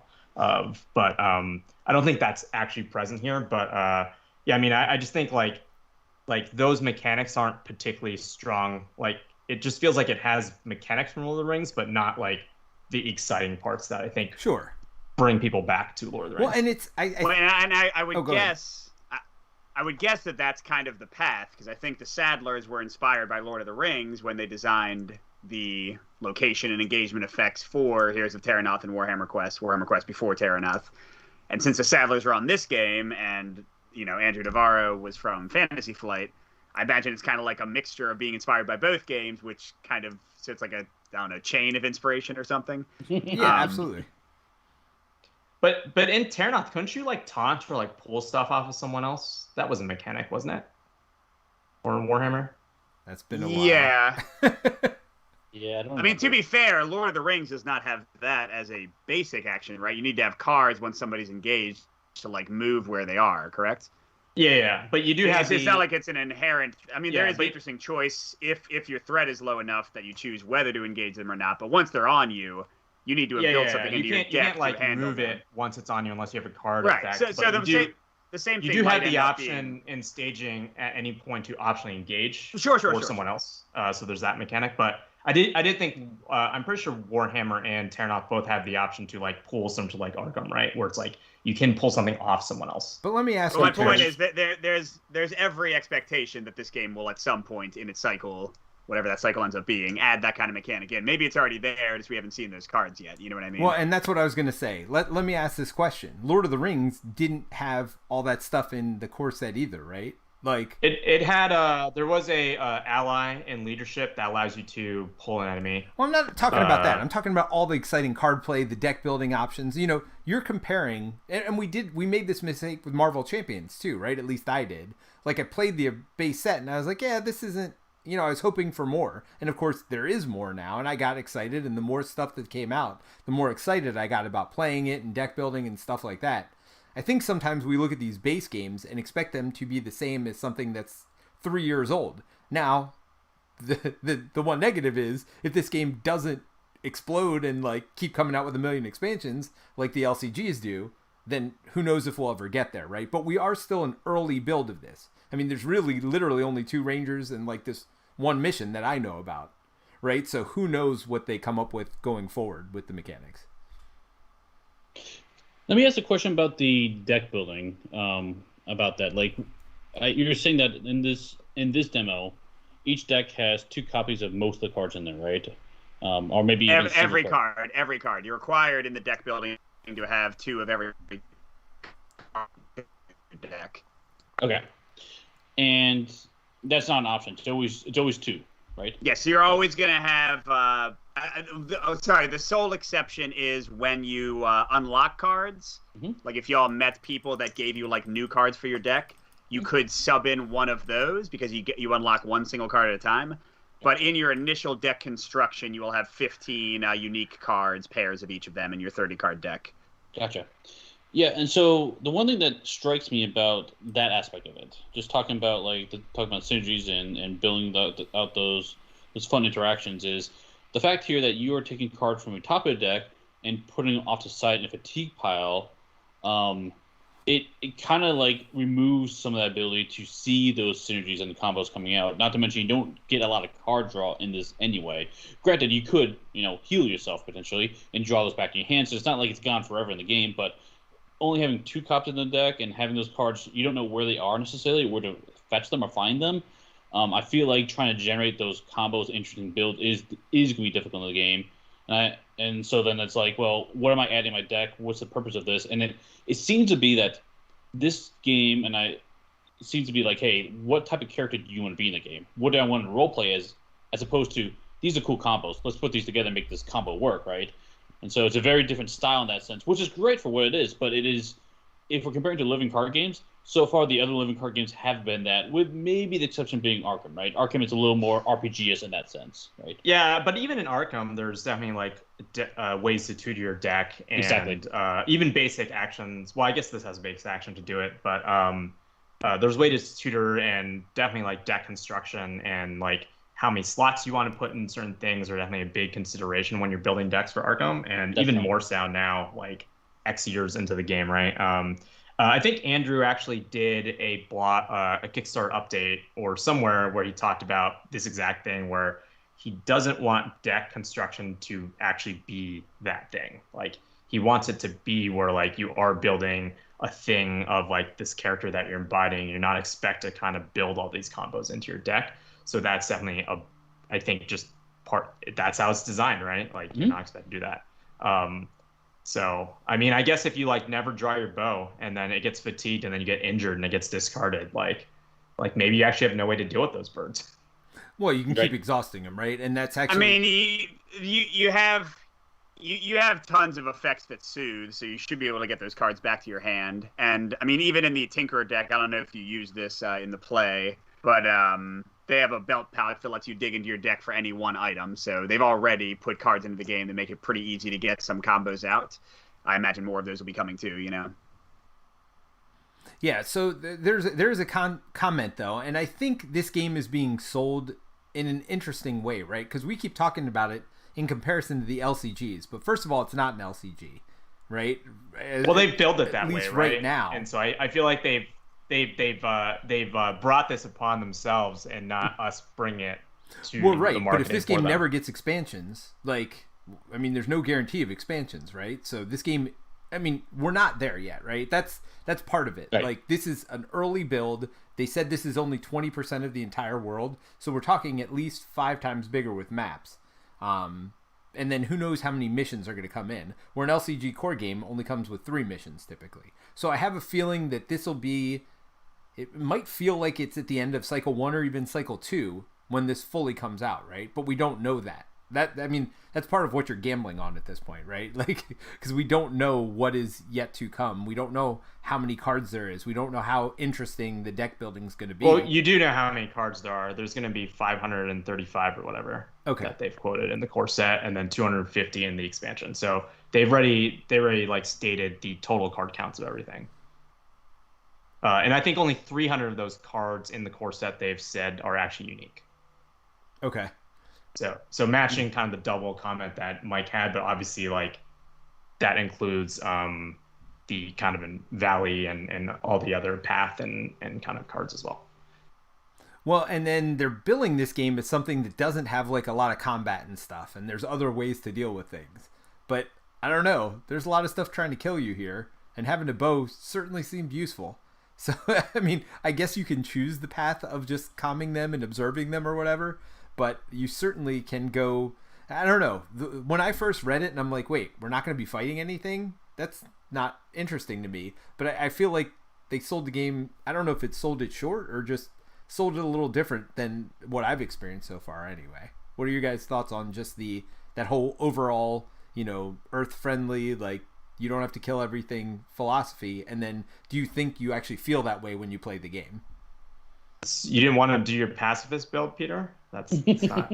I kind of agree with you, because I feel like you do have options. Like, they're definitely there because they have to give them to you. Like, you can't just not deal with them if you never draw like an attack kind of card to help you out there. But it feels expensive if you have to do it every turn. Obviously, like the one Harbinger or whatever kind of thing that allows you to exhaust, that has 3 uses, is like really efficient. And hopefully you just like exhaust and travel and then can move on. But if you have like those birds that are persistent, like it feels like it is bad to not like kill them, right? Like they're just stuck with you forever, and so it's kind of like the persistent ones, yeah, because we got those 2 birds, like literally turn 1, we had 2 birds out on us, and it's like, well, thankfully I drew my bow on turn, like, as my draw for the first turn, because otherwise it could have been trouble.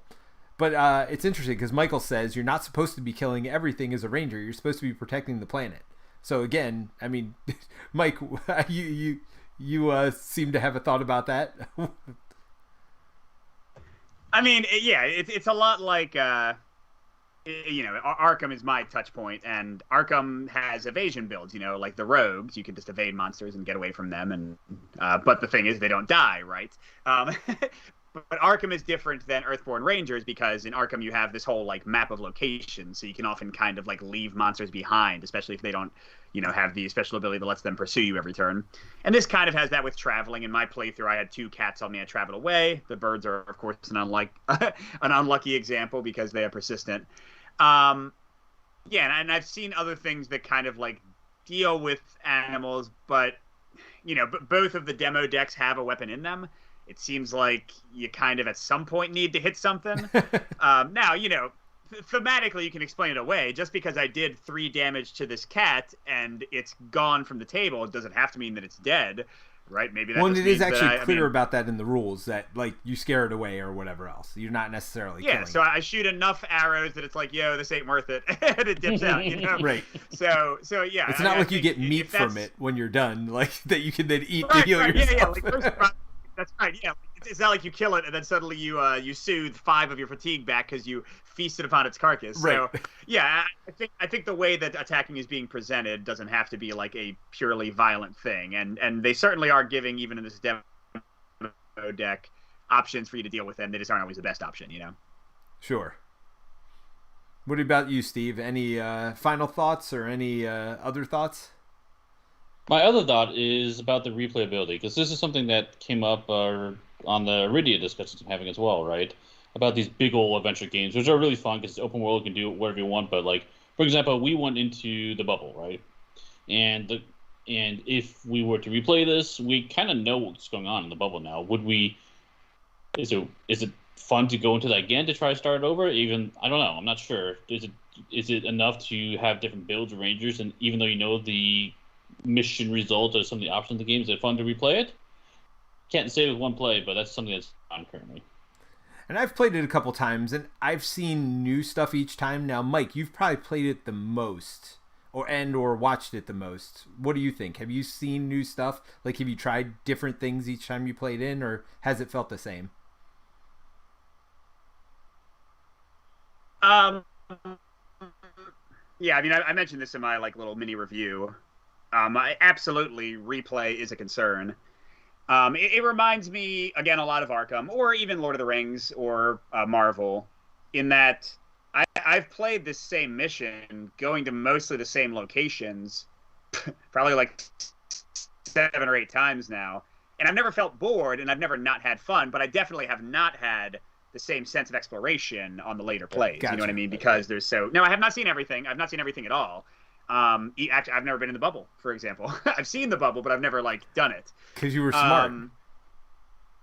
Well, apparently, from what you're saying. So yeah, I mean, so I think there will be limitations to how much exploration you can get out of it.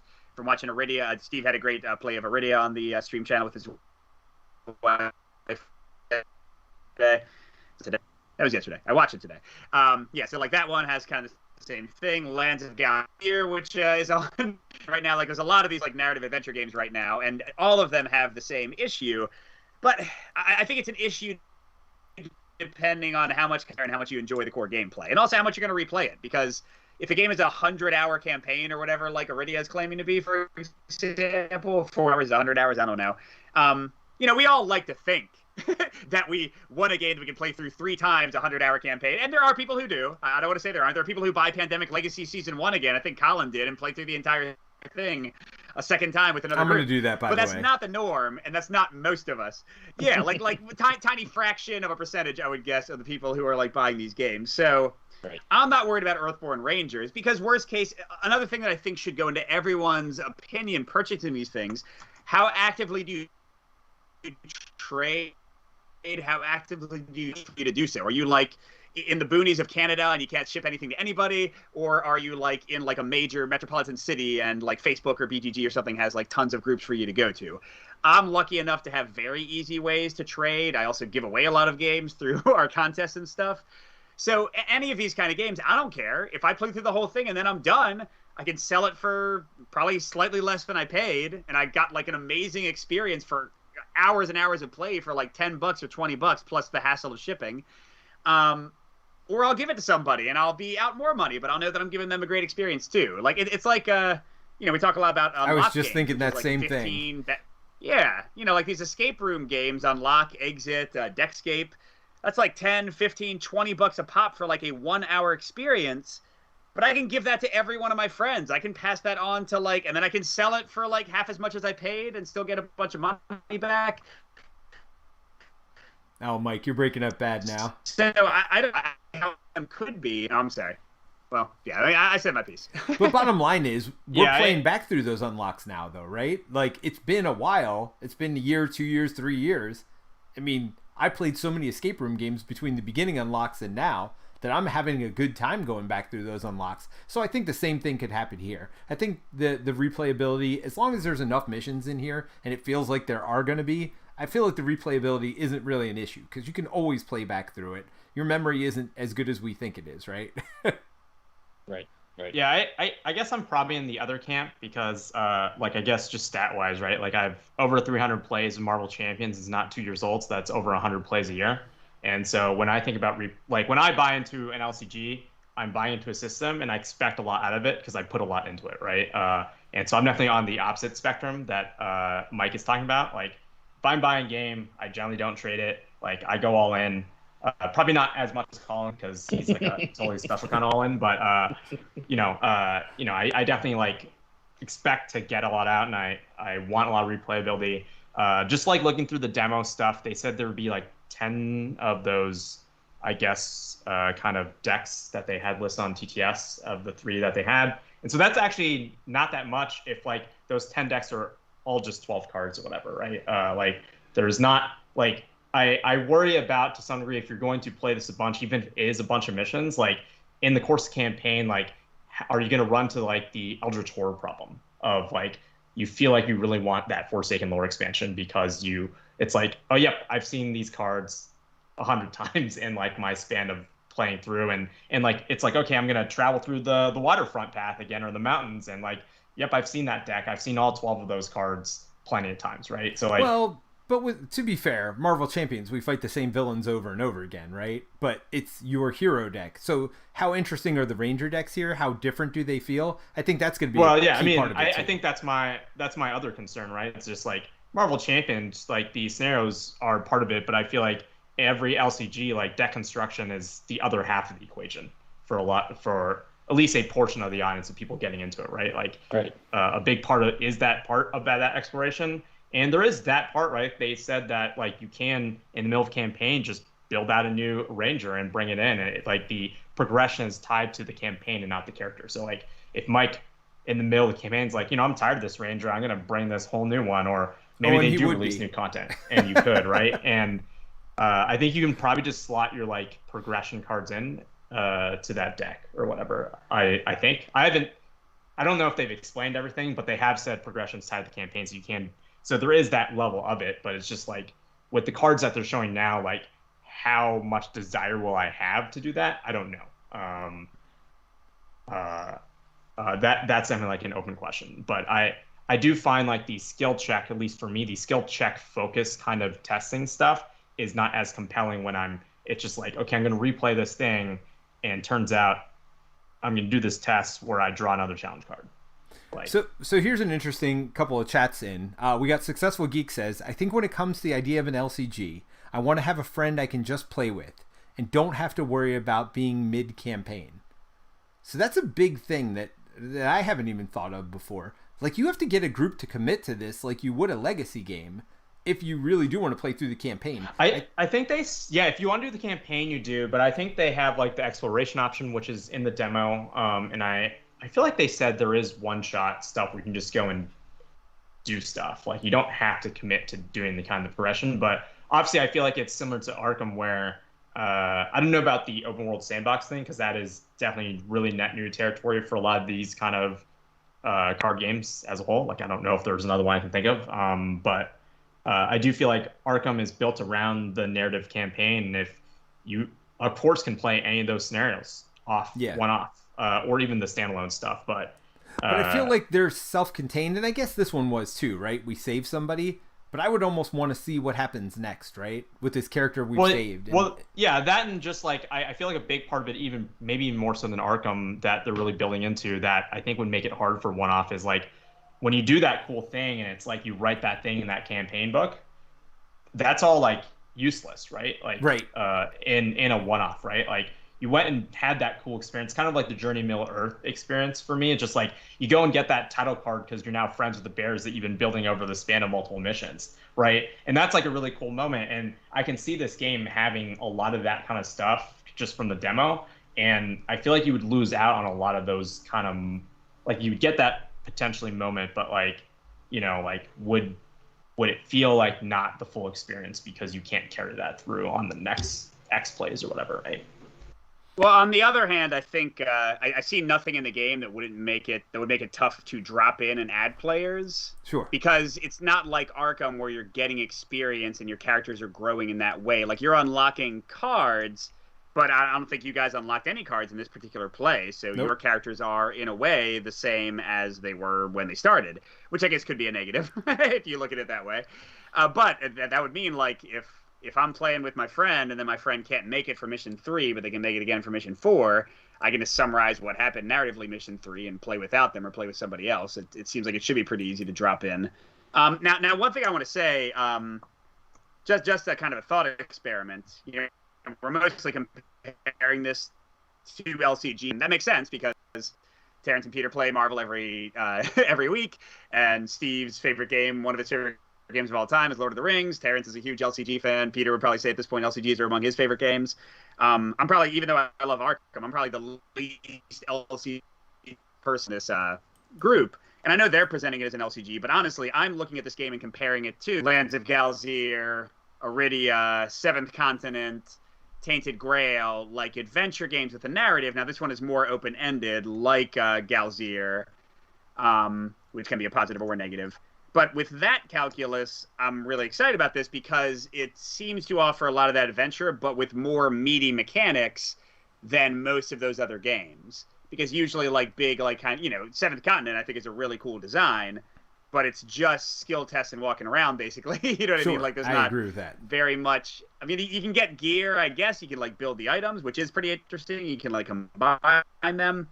But I think this is a meatier experience. So if they get that narrative well, maybe it won't stand up as a great LCG. Maybe, I can't imagine they'll ever have the expansion release schedule that Fantasy Flight and Asmodee is able to do. But if I compare it, like, and here's the thing. It's an LCG, so we are promised deck construction. That's clearly a focus for them. But I'm a fan of things like Sentinels of the Multiverse and Street Masters, where they just give me a deck, and it's a cool deck, and it does some stuff.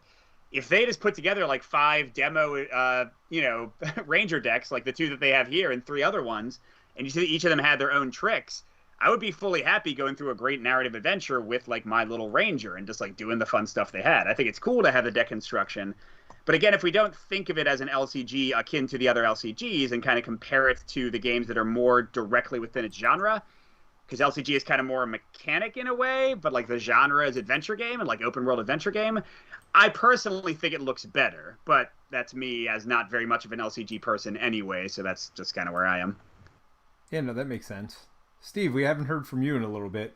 You want to have some final thoughts here? Yeah, talking about adventure games, one of my all-time adventure games I love is Runebound.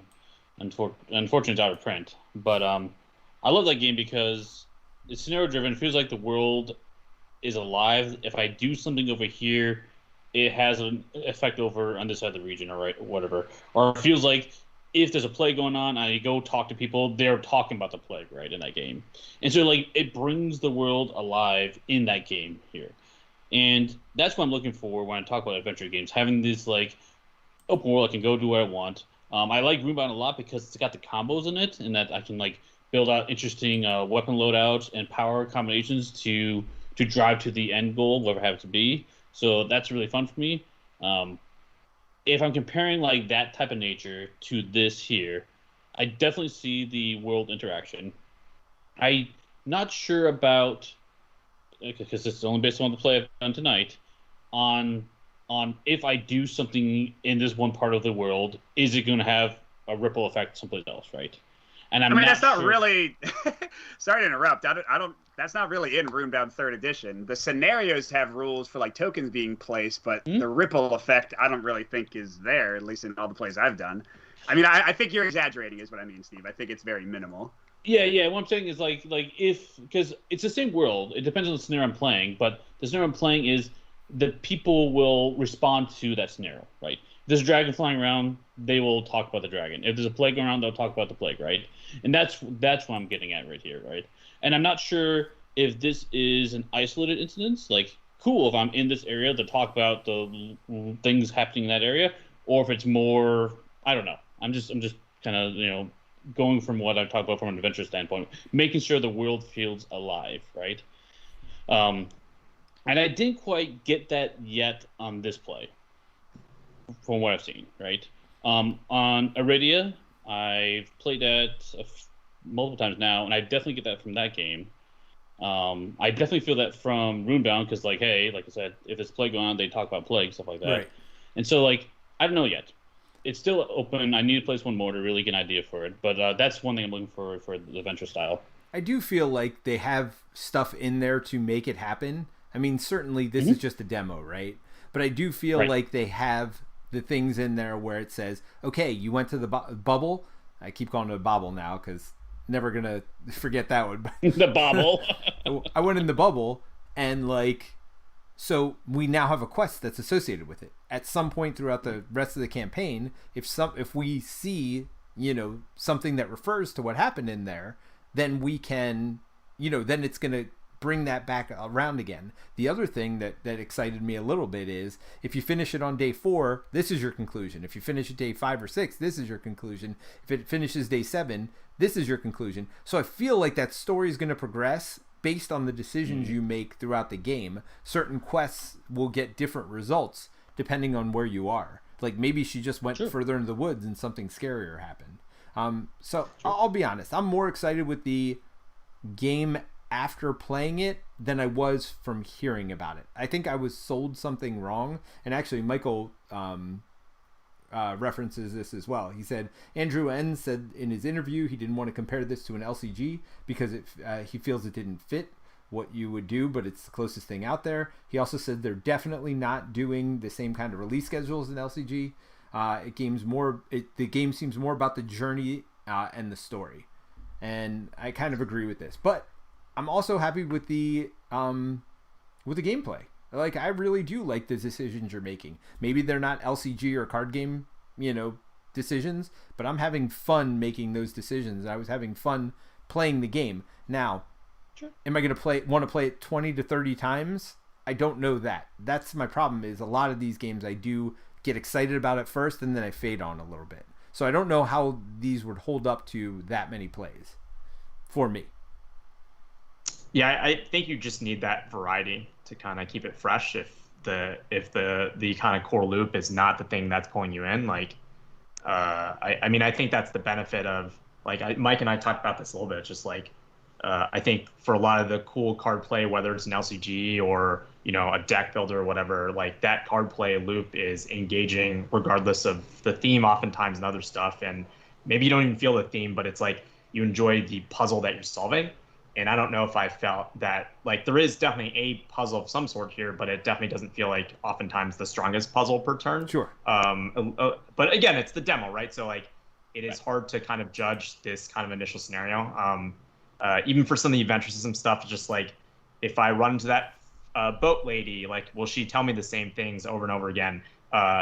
by the nature of the design just of the like card, I any think it's video game. true because it's the journal entry. But there are options like in the NPC thing where it's like, don't read that thing, read this other entry. So they do have options available where like if she came out because she was important to a mission, they could overrule or override the journal entries that you read. So they do have those options on the table. But again, like how much are they going to like reach for that stuff is stuff that we just don't really know given the demo, right?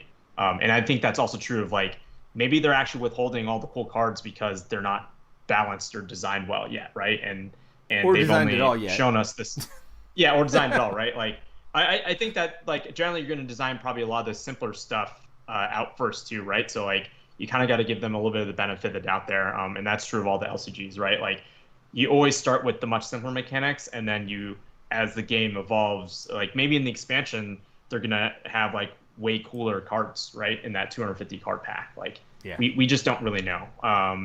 And I think a lot of it also hinges on the mission design that we don't know about, the campaign, and so like you're really just getting a small slice. So I think the potential for me, like going to final thoughts, like potential for this game, if you want that adventure stuff that Michael's talking about, and you're not looking for like a super card heavy like Magic type of game, I think there's a lot to like here. I think there's a ton of potential, but like it is potential, right? Like, but you know, high pedigree there for sure, the people working on it, but they still have to deliver on the cards, on the missions, and kind of on all that stuff for it to be like not just a good system, but actually a great game.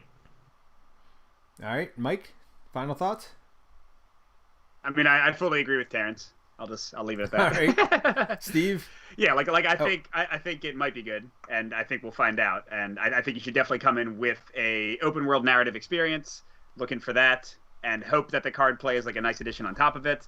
But it's really hard to tell right now how good it's going to be. All right, Steve, any final thoughts? Yeah, that's just I'll mention that. I know we talked about it a few times here. We're talking about this was, you know, marketed as LCG, and the more and more I think about it, I agree. The other thing I want to talk about LCG is generally when we talk about living games of this nature, a community forms around them, right? A community that says, hey, I will have this ranger with these combos, put this stuff together, and go to this area or do this mission, and this is how I approach this puzzle, right? I use this situation, right? And I'm not sure if that will happen in this. It may or may not, because like part of the problem with an adventure game, and I was talking about this offline a little bit with Iridia too, like I could see you like, hey, did you go to that one village? And hey, what happened when you talked to that guy this time, right? Or hey, before you go over there, make sure you buy this one equipment. You'll have an easier time or whatever, right? I see that potentially happening here, but it's a different style than we're talking about for living stuff. So yeah, I completely agree with what you're talking about. Take LCG, scratch it off the description here, replace with a narrative card game, and then just approach from that standpoint for sure. So absolutely agree. Yeah, I mean, I'll say I'm happier with the mechanics than I thought I'd be. I think I mentioned this earlier. I'm happier with the story than I thought I'd be. So for me, there's been a lot of positives. I will leave with one question bomb at the end. And maybe you guys haven't experienced this, but we've only played 2 players so far.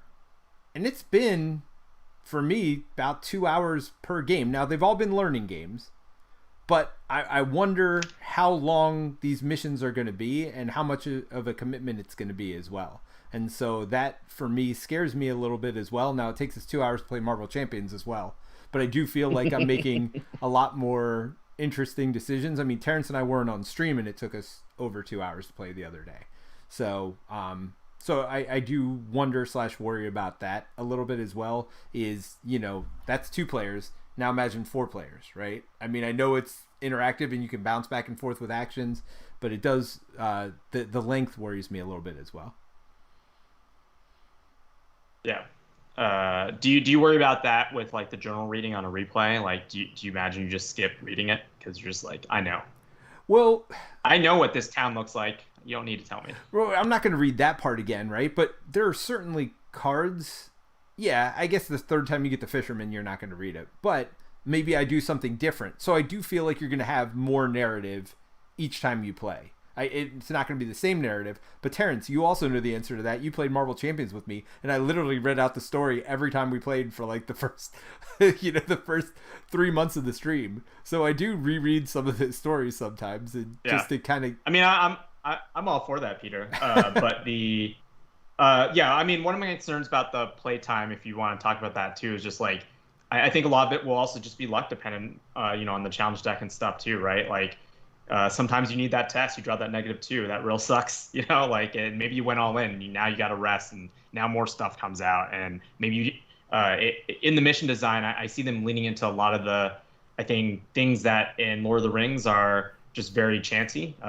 Some of this is probably in Arkham too, and it's just like, oh, you got to find enough stuff, so you got to like search the deck, and then they give you a few tools to kind of find that thing. It's just like in Forgotten Age, where you got to like do the Uncharted map deck on that first scenario, where people are trying to find that like enough of those things, and that like initial search kind of thing where you're trying to find features. Luckily, there's a lot of them, but it's just like, oh, okay, I drew an Irex and not a thing, and so like we got to wait till the next turn, unless I happen to magically draw the fishing goggles or at a town that can kind of search for that. So, and maybe you just get unlucky with that. So, with kind of the blue icons, they're removing that stuff. So, I am curious, like, how much that will factor into future mission designs, and how much that you're like, I know what I need to do. It's not particularly interesting, and it feels like a slog. So, I'm curious how that kind of mission design and what they're going to do to kind of change that up and make it feel interesting.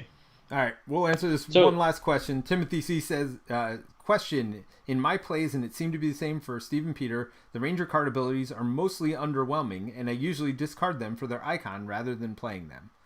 I don't know that I agree with that. I think Terence would agree with you, but I don't know that I agree with that. Terence had 4 or 5 pieces of gear out the other day. I thought that was pretty cool. I do think a lot of the gear is pretty neat. I think the bow's a little slow, but it's also super powerful, right? So I got that out today. But if I had some of the other cool gear that we had gotten the other day, I think I definitely would have played it. So I think there is a choice there. I don't think it's as easy as just always discarding for an icon. Anybody have any condescending opinions there?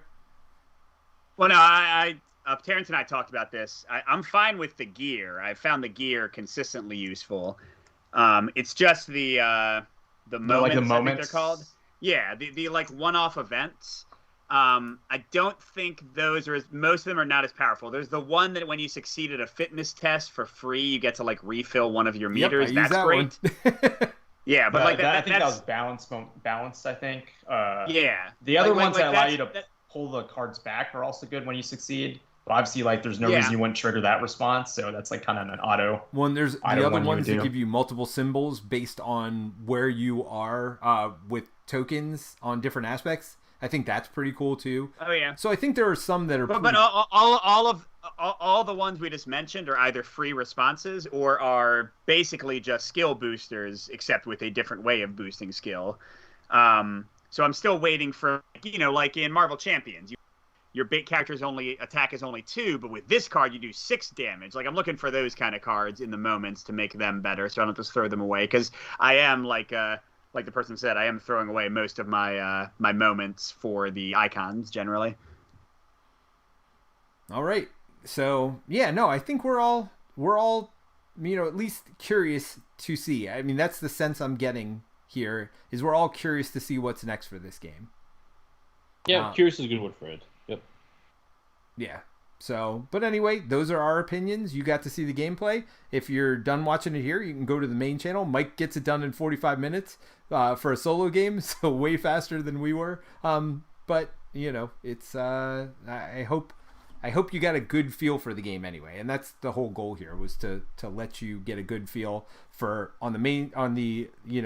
the non-stream channel. You got to see how solo played. Here you got to see how co-op played, and hopefully that'll give you a good feel for the game and whether you want to invest in it or not. Mm-hmm. Yeah, and all that stuff is public, right? So both the rule guide and the campaign. I think it's the most recent one, if he hasn't updated it. Kickstarter. I think it's the one before. I think it's update 14, and he's up to 15.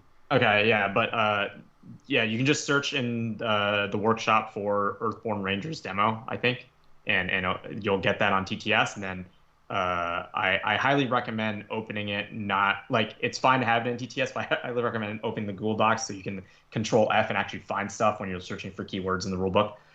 Much faster than flipping through the pages. And yeah, go just try it out yourself. Like, you can just do a few turns, like, and kind of just go through it. I think that will give you a pretty good sense of it. And then a bunch of people in the Discord again. I like to advertise Discord, but if you have questions, I know Mike is active with answering it, but so are a bunch of other people in the Discord about it. Cool. All right. Well, thanks everybody. We loved having you here. We loved having you here yesterday. Come back tomorrow for Marvel Champions. Come back Saturday morning for our game chat. What are you talking about, Steve? Apps and games. Apps and games. I'm going to run a deck that Terence and I put together on Saturday. I'm going to do something called Running the Gauntlet in Marvel Champions as well. And then Sunday we're doing Kingdom Death Monster. So lots of stuff. Actually, a new boss in Kingdom Death Monster. So it'll be fun. The Manhunter. So I'm a little worried. That's why I'm taking only women. Is he green? He won't hunt me. Like the DC Manhunter? Yes. Oh, Get the reference. Nice. Virtual high five.